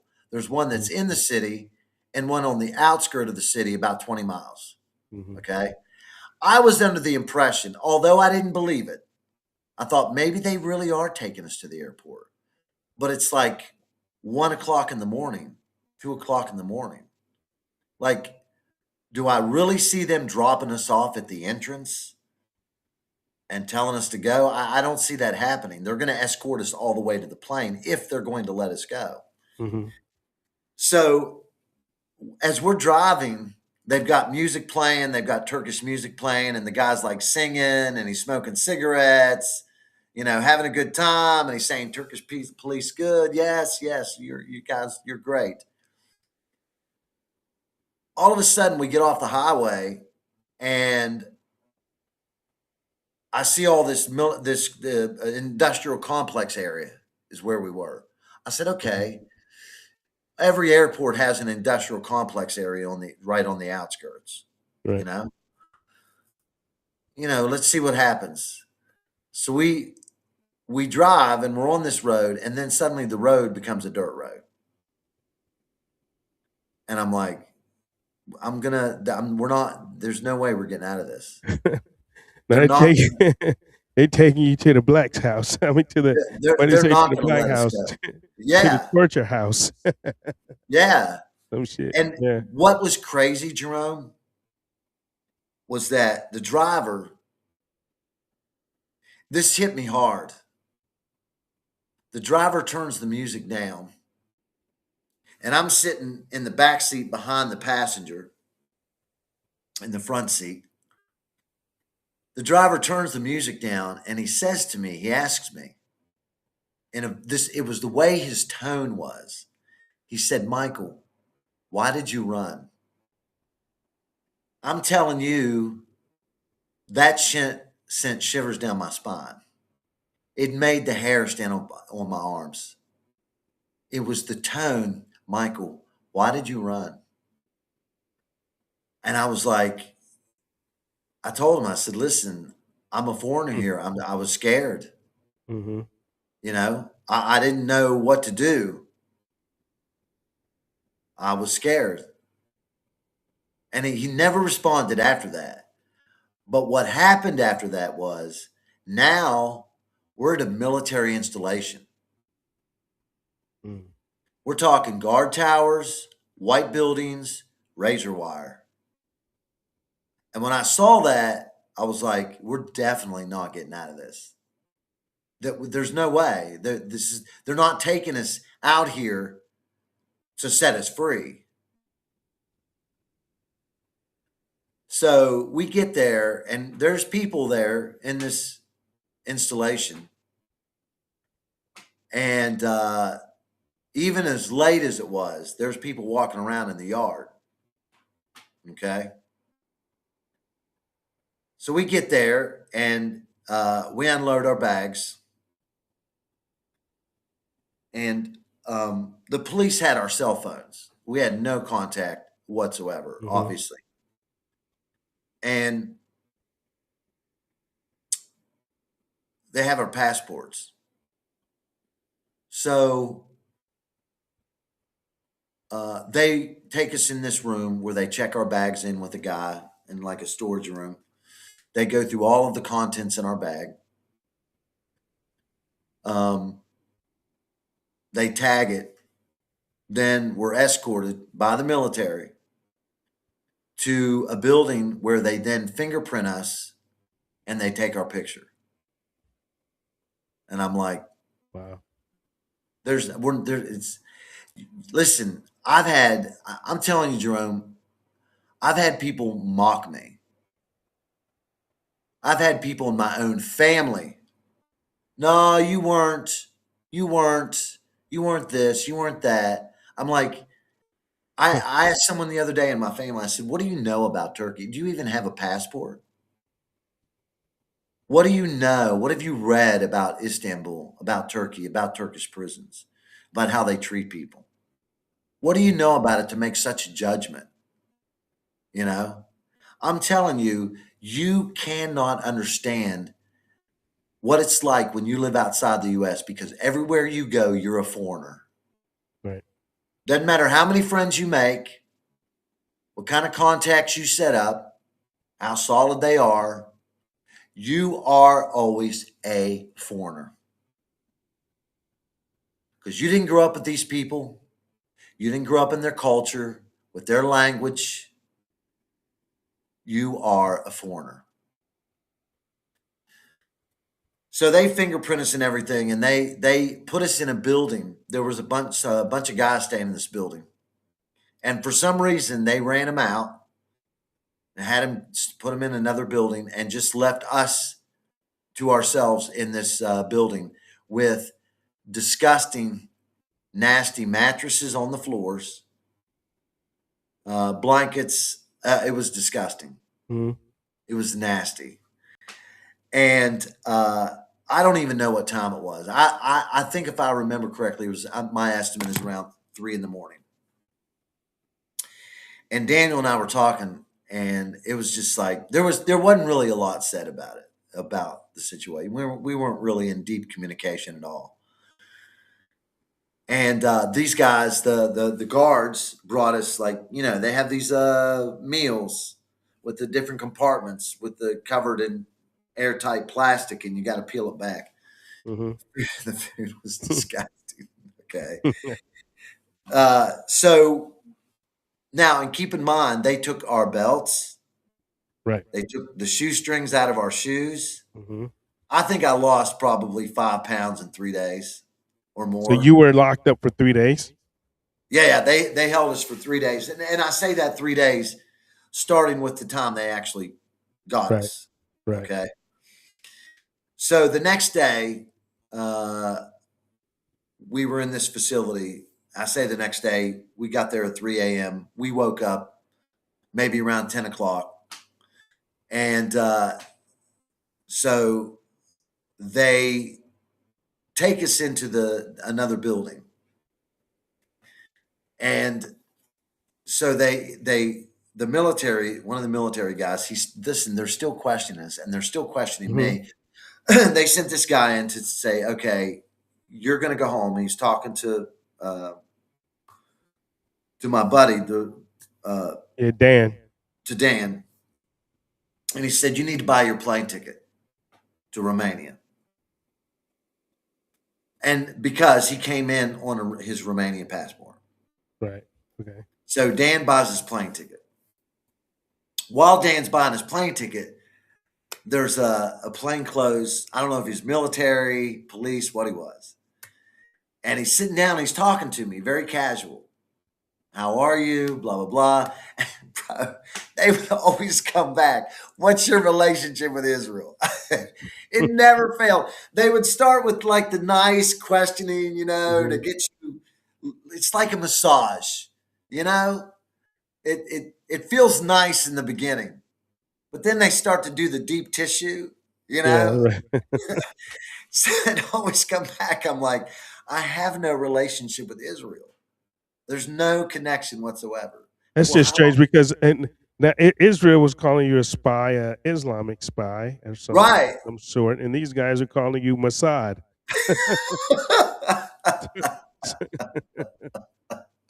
Unbelievable. So yeah, you can Google in. They're calling me an anti-Semite all over the social media. It's crazy, you Mhm. know. So they'd always come back to Israel, and I'm like, listen, I don't have a relationship with Israel. So Daniel bought his ticket to go, and he was scheduled to fly at 6 p.m. Mhm. Okay, so they looked at Daniel, and they said, buy his ticket out to the U.S. Okay. So Daniel's like, why do I have to buy his ticket? Now, me personally, I don't see this as a time to argue with anyone. Oh hell no! You getting out of there? You know, uh, if they're telling you to do something, you should comply, especially when it comes to exiting the premises. Right. So Daniel's like, why do I have to buy his ticket? I was like, what? What? I mean, Like, give me the I'm money back, obviously man. What? Just come on. I'm obviously not responding emotionally to this. I'm just thinking in my Right. head, what? Like, because you don't listen, you do not talk unless you're spoken to. You don't speak unless spoken to. You don't Mhm. open your mouth. You don't look at these people in the eyes. Because the minute you do, the minute you ask for something, I never asked for anything, food, nothing, even to go to the bathroom, unless they came to me and asked me first. Right. Okay. The minute you do, you give them power over you. They know they have you emotionally. And then it's done because they won't stop there. Mhm. So, so Daniel went online and he was looking for the cheapest ticket to buy. Now, I will tell you that I didn't have the money. Listen, I haven't made a profit in 14 years. No one's getting rich as an independent journalist. I've raised money. I have certain donors that if I need something, they'll get it. If I need a Right. plane ticket, I need an Airbnb, they're on it, man. I just make a few phone calls and I'm in. I'm on my Mhm. way. But as for, and I had a couple of donors, I got cheap rent. I've had the basics for 14 years. Now, I'm saying this as a side note, when I was living in Israel, even in my 40s, I want to thank my parents for good genetics because in my 40s, I started with, and it wasn't something I was seeking. I was doing acting and modeling in Israel. Oh, okay. Okay. Okay. I started out when I first got there in Israel, I started out cleaning apartments. I had my own cleaning business. Did it for 2 years. Didn't like it because Mhm. I'm such a detailed person. I was spending more time cleaning than what I was getting paid. Okay. So I was asked to be on a film set as an extra and it paid $50 a day. So I used that opportunity to show the quality and quantity of production done in Israel. And there is a lot to Mhm. their credit. And I would be on the set doing videos and showing. I'd use it as part of Insight to Israel. So I did 2 years of extra work, taking all the work I can get. But I made sure I put myself out there to the directors, the producers. I would go on set and introduce myself. So my overall point is I was making very good money. It's something I never sought to do. It just happened to come along. And I've been in over 400 TV shows, commercials, and movies. In I'm on Israel. Netflix, actually. You're on Netflix. Really? What movie? Where? It's actually a television series called Hostage, Austin. Okay. shot in Israel. I played, a lot of my friends in the United States have seen it. I've never seen it. Oh, really? Yeah. They send me screenshots. They'll say Uh, they'll take pictures of the TV and say you're on uh, Netflix on the TV series Hostage. I played the British Prime Minister oh, okay. in one of the. I was just in an episode, but I still made Netflix. Hey, there you go. There you go. Uh, so I've done a lot of acting and modeling, and that's what paid my way while I was in Israel. But when I left, it's a different story now. Now I have to really raise money. Right. So I didn't have the money to buy that ticket because you're talking about a ticket from Istanbul, Turkey to New York City last minute. You're Shit, talking that's about about $1,500. $1,800. Yeah, I was about to say $1,800 or something. Yeah, it was around that much. Mm-hmm. So Daniel bought the ticket, but because he went on the cheap and didn't pay attention to where the flight was going, he had me in a layover in Amman, Jordan. Oh shit. Okay. So Amman, Jordan I've been banned from Turkey. Yeah. Amman is definitely not letting me in the country. Right. Okay. Right. So he bought this ticket with his Bitcoin wallet. All right. Okay. Uh-huh. So when he bought the ticket, they looked at the ticket and they're like, "This won't do. This will not do." Mhm. They literally gave up on that idea. I don't know why they didn't just have him buy another ticket. Okay, because what happened was when he bought the ticket under my name, they then go into the system and look Mhm. in the Turkish Airlines system to see if I'm there as proof that the ticket's been purchased. Right. Okay. So the ticket was purchased, so they had to cancel the ticket out. Mm-hmm. So they stick Dan and I in this room, and we were just in there by ourselves. And I'm telling you, listen, it was depressing. It was very depressing. And I mentioned this, and I'm going to actually mention this in the book. Do you know the movie American Assassin? Yes. Okay. Right. So what's his name? We got about 10 minutes too. Got about 10 minutes. We only have 10 minutes? Hey man, it's been a quick show, man. Okay. It's been 2 hours, bro. We've been 2 hours? All right. Yeah, yeah. Hey, what's his name? Sean Ryan goes 4 or 5 hours with Candace Owens. Oh shit! I'm not going. I don't go 4 or 5 hours yet. No, it's all good. I still do 2 hours. I mean, I'll go over a little bit if necessary. So we're good. Yeah. So anyway, in the movie American Assassin, where what's his name, the FBI guy, the CIA guy, Okay. Gotcha. the former ops guy, they're training in the forest. Mhm. Okay, they're doing hand-to-hand combat training. I don't know if you remember the scene, but what's his name that played Batman that was in the movie? Yeah. Okay, so know you're he had a handgun, Mm-hmm. and he said, "Listen, out there, you're a ghost. Right. You get caught, no one's coming to save you." And he takes the gun and sticks it in his mouth, and he pulls the trigger. Interesting. Yeah. That's it. That's what he says. That's it. I had that scene in that movie in my head the whole time. I literally, from the very beginning, when I knew this was not going to go my direction, I had already started in my mind. I knew I had to put out of my mind anything that might be happening outside of my situation. Mm-hmm. I didn't think I cut off my friends, my family, everyone in my head. You have to, because if you think about what's happening on the outside, you'll go nuts. Right. And I pictured that movie the whole time in my head. You're a ghost. No one's coming to save you. Mm-hmm. Okay. And that's what helped me, because I was scared. These guys had slapped me around multiple times. I'm going to have to kind of breeze through the. So in the end, Daniel left and I was still there. And so what happened was, later that night, they pulled me out of the room, put me in a cell, and they took me aside. They multiple times continued to check my bags over and over and over again. Okay. Then they said, "You need to buy a ticket." And I said, "Look, if you want me to buy a ticket, you need to give me my cell phone. I need to go on WhatsApp and contact a friend and get them to buy my ticket. I don't have the money." Mm-hmm. So I contacted one of my people.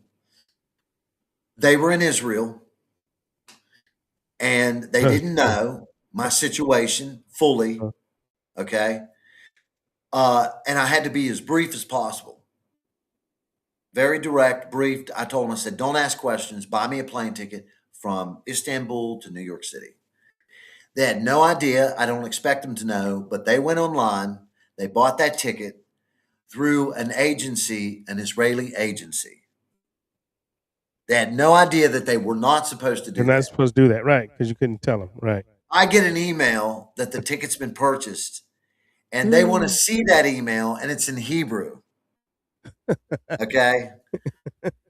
And I was like, I am going to die. They are going to kill me. Okay. These guys had already were looking at me. They're calling me a Jew. All right. These guys are going to kill me. So I had my phone and I would hit Google. I would hit the translate button and I would show them the phone and they would look at it and they'd try to grab it from my hand and I'd lock it. Right. Okay. Because I know if they do just a little bit of looking, they're going to see Hebrew. So they got mad. They said, open your phone. So I opened my phone and I hit translate after I typed in the code to unlock it. I hit translate and I show them the phone and they tried to grab it a second time. And I locked it. Okay. Not only because of that, I don't want them to get any information. If they're going to, and they can, I'm going to make it hard. So a third time I show them and the guy snatched it from my hand. He got it before I could lock it. And they walked over to the side to a table, put the phone on the table and started looking.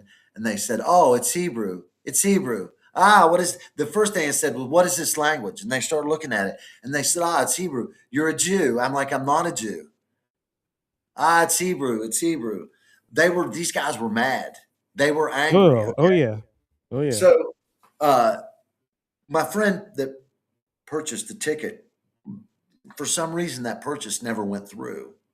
I don't know if they canceled it or what. So the guy grabbed me when he saw the Hebrew. He grabbed me. He tied my hands. Okay. Because they never handcuffed me at this point. Okay. This time they zip tied my hands and threw me in the room, cursing me, smacking me in the head. They did a lot of smacking in the head. They never beat me. Okay. They could have if they wanted. I don't know why they didn't, but they smacked me around a lot. Yeah, you had already signed the document, so it was good. Yeah. So anyway, the next day, Daniel left. They took him out like around 5, 6. His plane, if I understood correctly, was supposed to leave around 6. So he left around 4 or 5. I would say around 5 o'clock because I know how they did it with me. They took me and got me on the flight the last minute. Like right when the flight was about to leave, I was the last guy on the plane. So I assume they did it with him. So he didn't even say goodbye. Okay. And I woke up because I slept most of the time. And so the next day, basically, I got up in the morning. They gave me some trash food. During the night, I never slept, and I'll tell you why. All these guys, they had me in this big room. All these guys file in, Pakistanis, Indians, all these foreign guys. And they're in there yelling at them. And these guys are sitting on the ground. There was an Irish guy in there, I think an American guy, older guy. And they would come in. It's called gendarmerie. And that's a whole nother story. But they would come in and yell at these guys, make them sit on the floor. And I always made sure that when I was laying down in the chair, okay, they had a row of chairs. When I was laying down in front of the door, directly in front of me. I had eye shot because when I could hear them coming in, I didn't want them to see me sleeping. Although they could see me on the camera, when they came in, I did not want them to see me sleeping. I would automatically get up and I'd look at the ground, at the floor. I would never make eye contact. So they wouldn't have a reason to call me out. So at one point, they set me on the floor. The guy came in yelling, blah, blah, blah, had them all sit on the floor. And then he would yell at them. I guess he was giving them, telling them what the rules were or something. And they took 1 or 2 guys in the bathroom and they beat them. They were using them as examples, but these guys were hurt. They were beating them good. Oh wow. Okay. Yeah. So then eventually those guys left, and I'm in this room again by myself. I'd never, listen, before they came in, I never even asked to go to the bathroom. I hadn't been in the bathroom in 2 days, but pretty much 2 days at this point. Oh Okay. shit. Wow. My stomach was hurting so bad. So one of the guys came in and he's like, "Are you hungry?" I said, "Yes." "You thirsty?" "Yes." "Do you need the bathroom?" "Yes." He told me, he said, "Go to the bathroom." I went to the bathroom, and I'm telling you, before all these guys came in, and they have holes in the ground. Right. Okay. You Yeah. got to put your hand against the wall and squat. Yeah. And I'm telling you, I emptied my entire system out. I think I lost at least 5 pounds. No joke. So then the guys came in, they brought the guys in, they did their thing, and then they eventually get them out. So I'm there by myself again. The next day, I don't even know what time it was, 11, 12 o'clock. I'm there. They come in. They say, "You're leaving." I didn't believe them. They run my bags through the security again. Through the X-ray machine. They did it so many times. It was just unbelievable. So they had me in this. I guess we were underground where they were keeping me, because we walked up this long driveway to go out. Okay. They put me on a bus and we go to the airport. And I'm sitting there. I got 3 guys looking at me. These are the guys that accused me of being a Jew, slapped me around, and these guys are not nice. These are not nice people. Okay, they probably, I don't know. So we pull up next to the plane. A girl gets on the bus, tags my bag, my backpack, and I didn't believe I was getting out of there. And let me tell you this: I made a video of this. In my shoulder bag, I had an orange plastic covered box knife. Oh. It was blaze orange. Mm-hmm. And I'd left it in my bag. And I think I can make this public confession now. You're the first. I said it on my buddy's show. So you're the second I've told this to.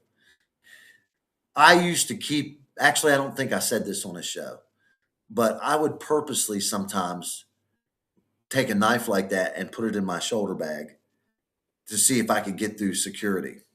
Mm-hmm.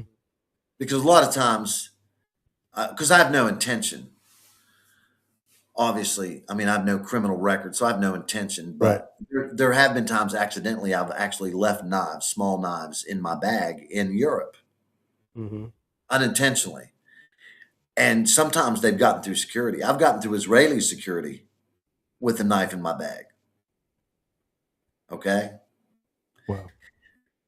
This time there were times I did it on purpose and times I didn't do it on purpose, because I keep like a pocket knife on me in my bag. Okay.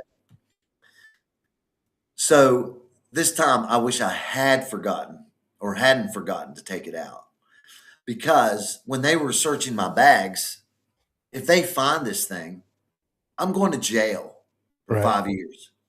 Okay. It's one thing if they would have found it like before we even got to the airport, Right. you know, but they didn't. So now I'm in an airport. I'm about to get on this plane and they're going to search my bags again. For some reason, they never found this knife. And I'm telling you, it was God looking out for me. Yeah. Facts. Wow. So the girl tags my bag, and one of the guys gets off the plane. He's talking to some official from Turkish Airlines. They talk for like 5 minutes or something. And he starts yelling, going off. He's angry. He gets back on the bus. He talks to one of the guys. The guy takes his cell phone. He opens his cell phone. He's typing in. And then he walks up to me and he shows me the screen of the cell phone. He's like, "Your plane has been delayed 5 hours." And I said, I'm never going to get out of here because they can change their mind Yeah, anytime they absolutely. want. Mm-hmm. So we drove all the way back to the prison that they were holding me. Listen, I want to clarify something.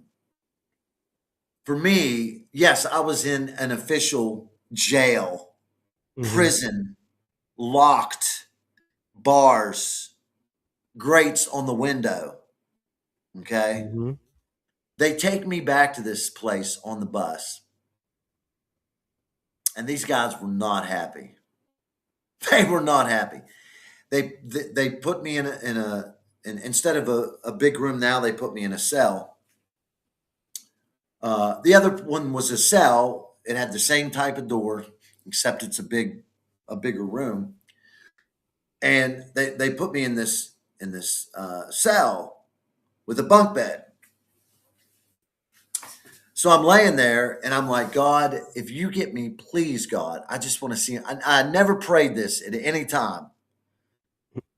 At any other time, never thought about it any other time. Now I'm saying, God, I just want to see my mother. Because keep in mind, my mother at this time was in the hospital. She now has Alzheimer's. Okay. Mm-hmm. Okay. She was in the hospital at that time. She'd already been diagnosed with Alzheimer's and with dementia, and her health was bad. And so she was in the hospital during this time. Mm-hmm. And I was just picturing myself, man, in some prison in Turkey, you know, and accepting it. But now I'm like, God, just get me out. If I was this close, I don't think I'm getting out, but they let me taste a little of possible freedom, hope. Mm-hmm. So I lay there. I'm on my knees. Listen, when I'm praying this prayer, I get on my knees and I'm praying it. Okay. After I'm done praying it, I get up and lay in the bunk bed, and all of a sudden they're busting in the door. And this guy's yelling at me, taking a flashlight, looking through my hair, looks in my mouth, looks in my ears, stripped me down to my underwear. Wow. Okay. Takes my clothes, brings my bag back into the picture because my bag's not in the cell with me. Mm-hmm. Brings my bag back in the picture, and they're once again x-raying everything. And I couldn't understand it. Like what promoted them, Right. what initiated them to, and they tore the mattresses off my bed. Okay. Top and bottom bunk. Looked in the pillow. I'm like, what is going on here? And when I got back in the room after I put my clothes back on and everything, I laid there in the bed and I noticed in the corner there's a camera there. So when I can only assume that Oh, when you were kneeling beside praying, my bed and right? I was praying that they thought I was putting something underneath the mattress. Right. Gotcha. You Yeah. know, I was just like, wow, that's crazy. So look, obviously 5 hours came and went. It's like 6, 7 o'clock p.m. I know that because so what happened was they did the same thing, same process, x-ray my bag again, Mm-hmm. put me on the bus.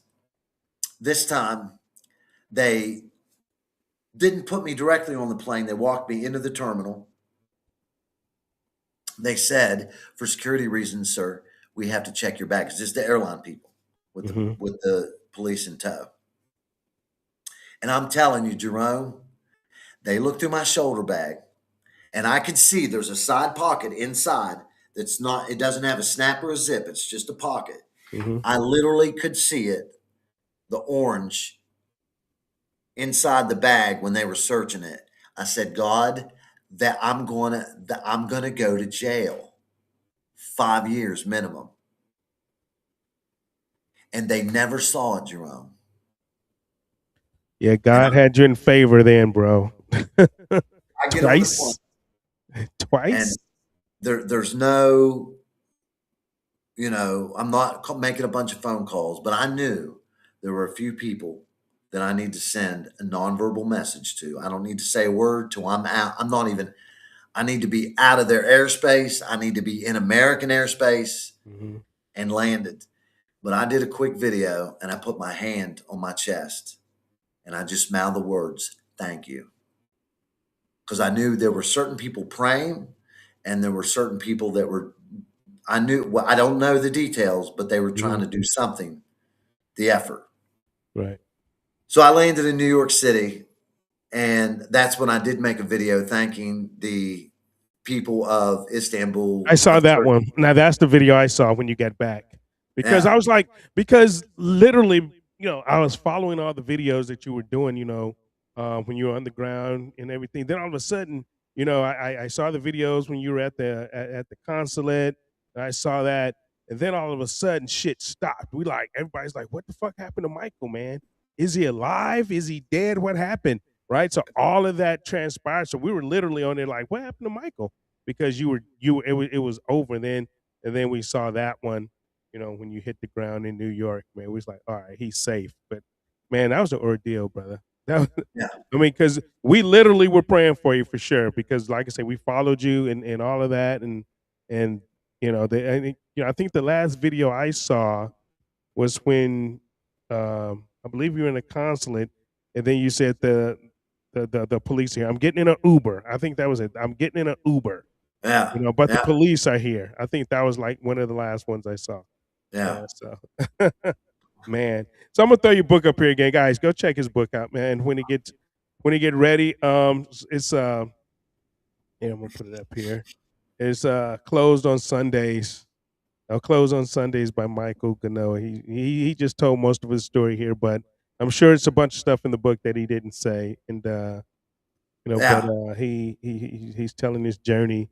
One of the most, I guess, frightening journeys, other than maybe the shootout. This may have been even more frightening because you didn't know if you were going to get out of Turkey alive. So, Nah. but man, that's insane. That's crazy, man. But brother, thank you, man, for coming in the show. We appreciate it. We do it again after the book is released, and I know it's a second book that you said, I'll but share. Let me say this. First of all, anyone who wants to donate, I, we're in the process. I think we have about 75% of the cost to, mhm, to, to put the book together and an ebook. It's going to be very unique in the sense that, Jarome, you were following our situation during that time. mhm, We want to put people like you, get your short testimony of your thoughts about that time in the book. So I'm going to cool. be contacting you and other people. You can email me, but Yeah. we want to put your thoughts about what was happening during that time in the book and Okay, add cool. to it. That I think works. it's important to get the followers' perspective also. Yeah. Yeah. Uh, so that's what's going Absolutely. to make this book unique, and even the ebook even more unique, because we're going to combine those headlines from the media. You're going to see headlines in the book from the media that they did also. Okay. So it's going to be a great book and very unique in the way it's done. Cool, man. Well, we're gonna be looking forward to it. Yeah, just hit me up. Let me know. So, guys, thank you for joining the show. We're gonna go out on Michael's song, the song that his friend made for him. Cam, you heard it. I'm gonna go out on it tonight too. But brother, thank you, man. We're gonna talk to you soon, and be safe, man. Be safe over there in Always Malta. And continue to do you and do your thing, man. So we'll talk to you soon. appreciate it, brother. Love you guys. All right, Thank you love for you too. watching. All right, Mike. Thank you, brother. Later. I came with a camera. Well, there you go, guys. We're a little long. We didn't get to a bunch of stuff tonight, but we're gonna do it next week. Just another I got another story, guest next week, but we're gonna do it next. like 100 before. What is that? The 26th. We got Smoke in the uh, city.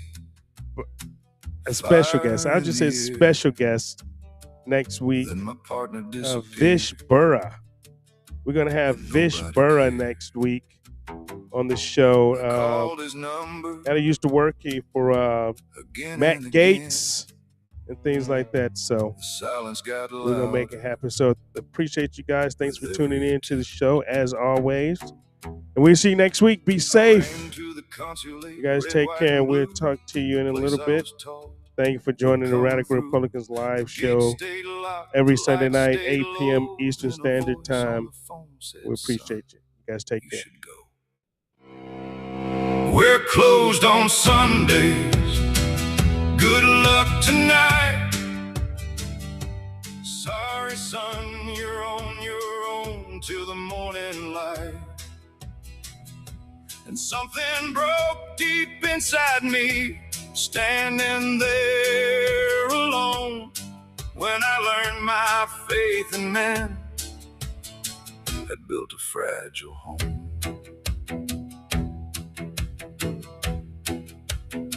The papers called me a spy, the crowds wanted blood. A lie moves fast when fear is the flood. The police kept smiling, no problem they'd say, while mile after mile they carried me away. A hand to the head, a shove to the wall, questions and promises that meant nothing at all. Airport tomorrow, airport tonight, but every new promise just tightened the vice. We're closed on Sundays. Good luck tonight. Sorry, son, you're on your own till the morning light. And every illusion started to die under fluorescent prison lights.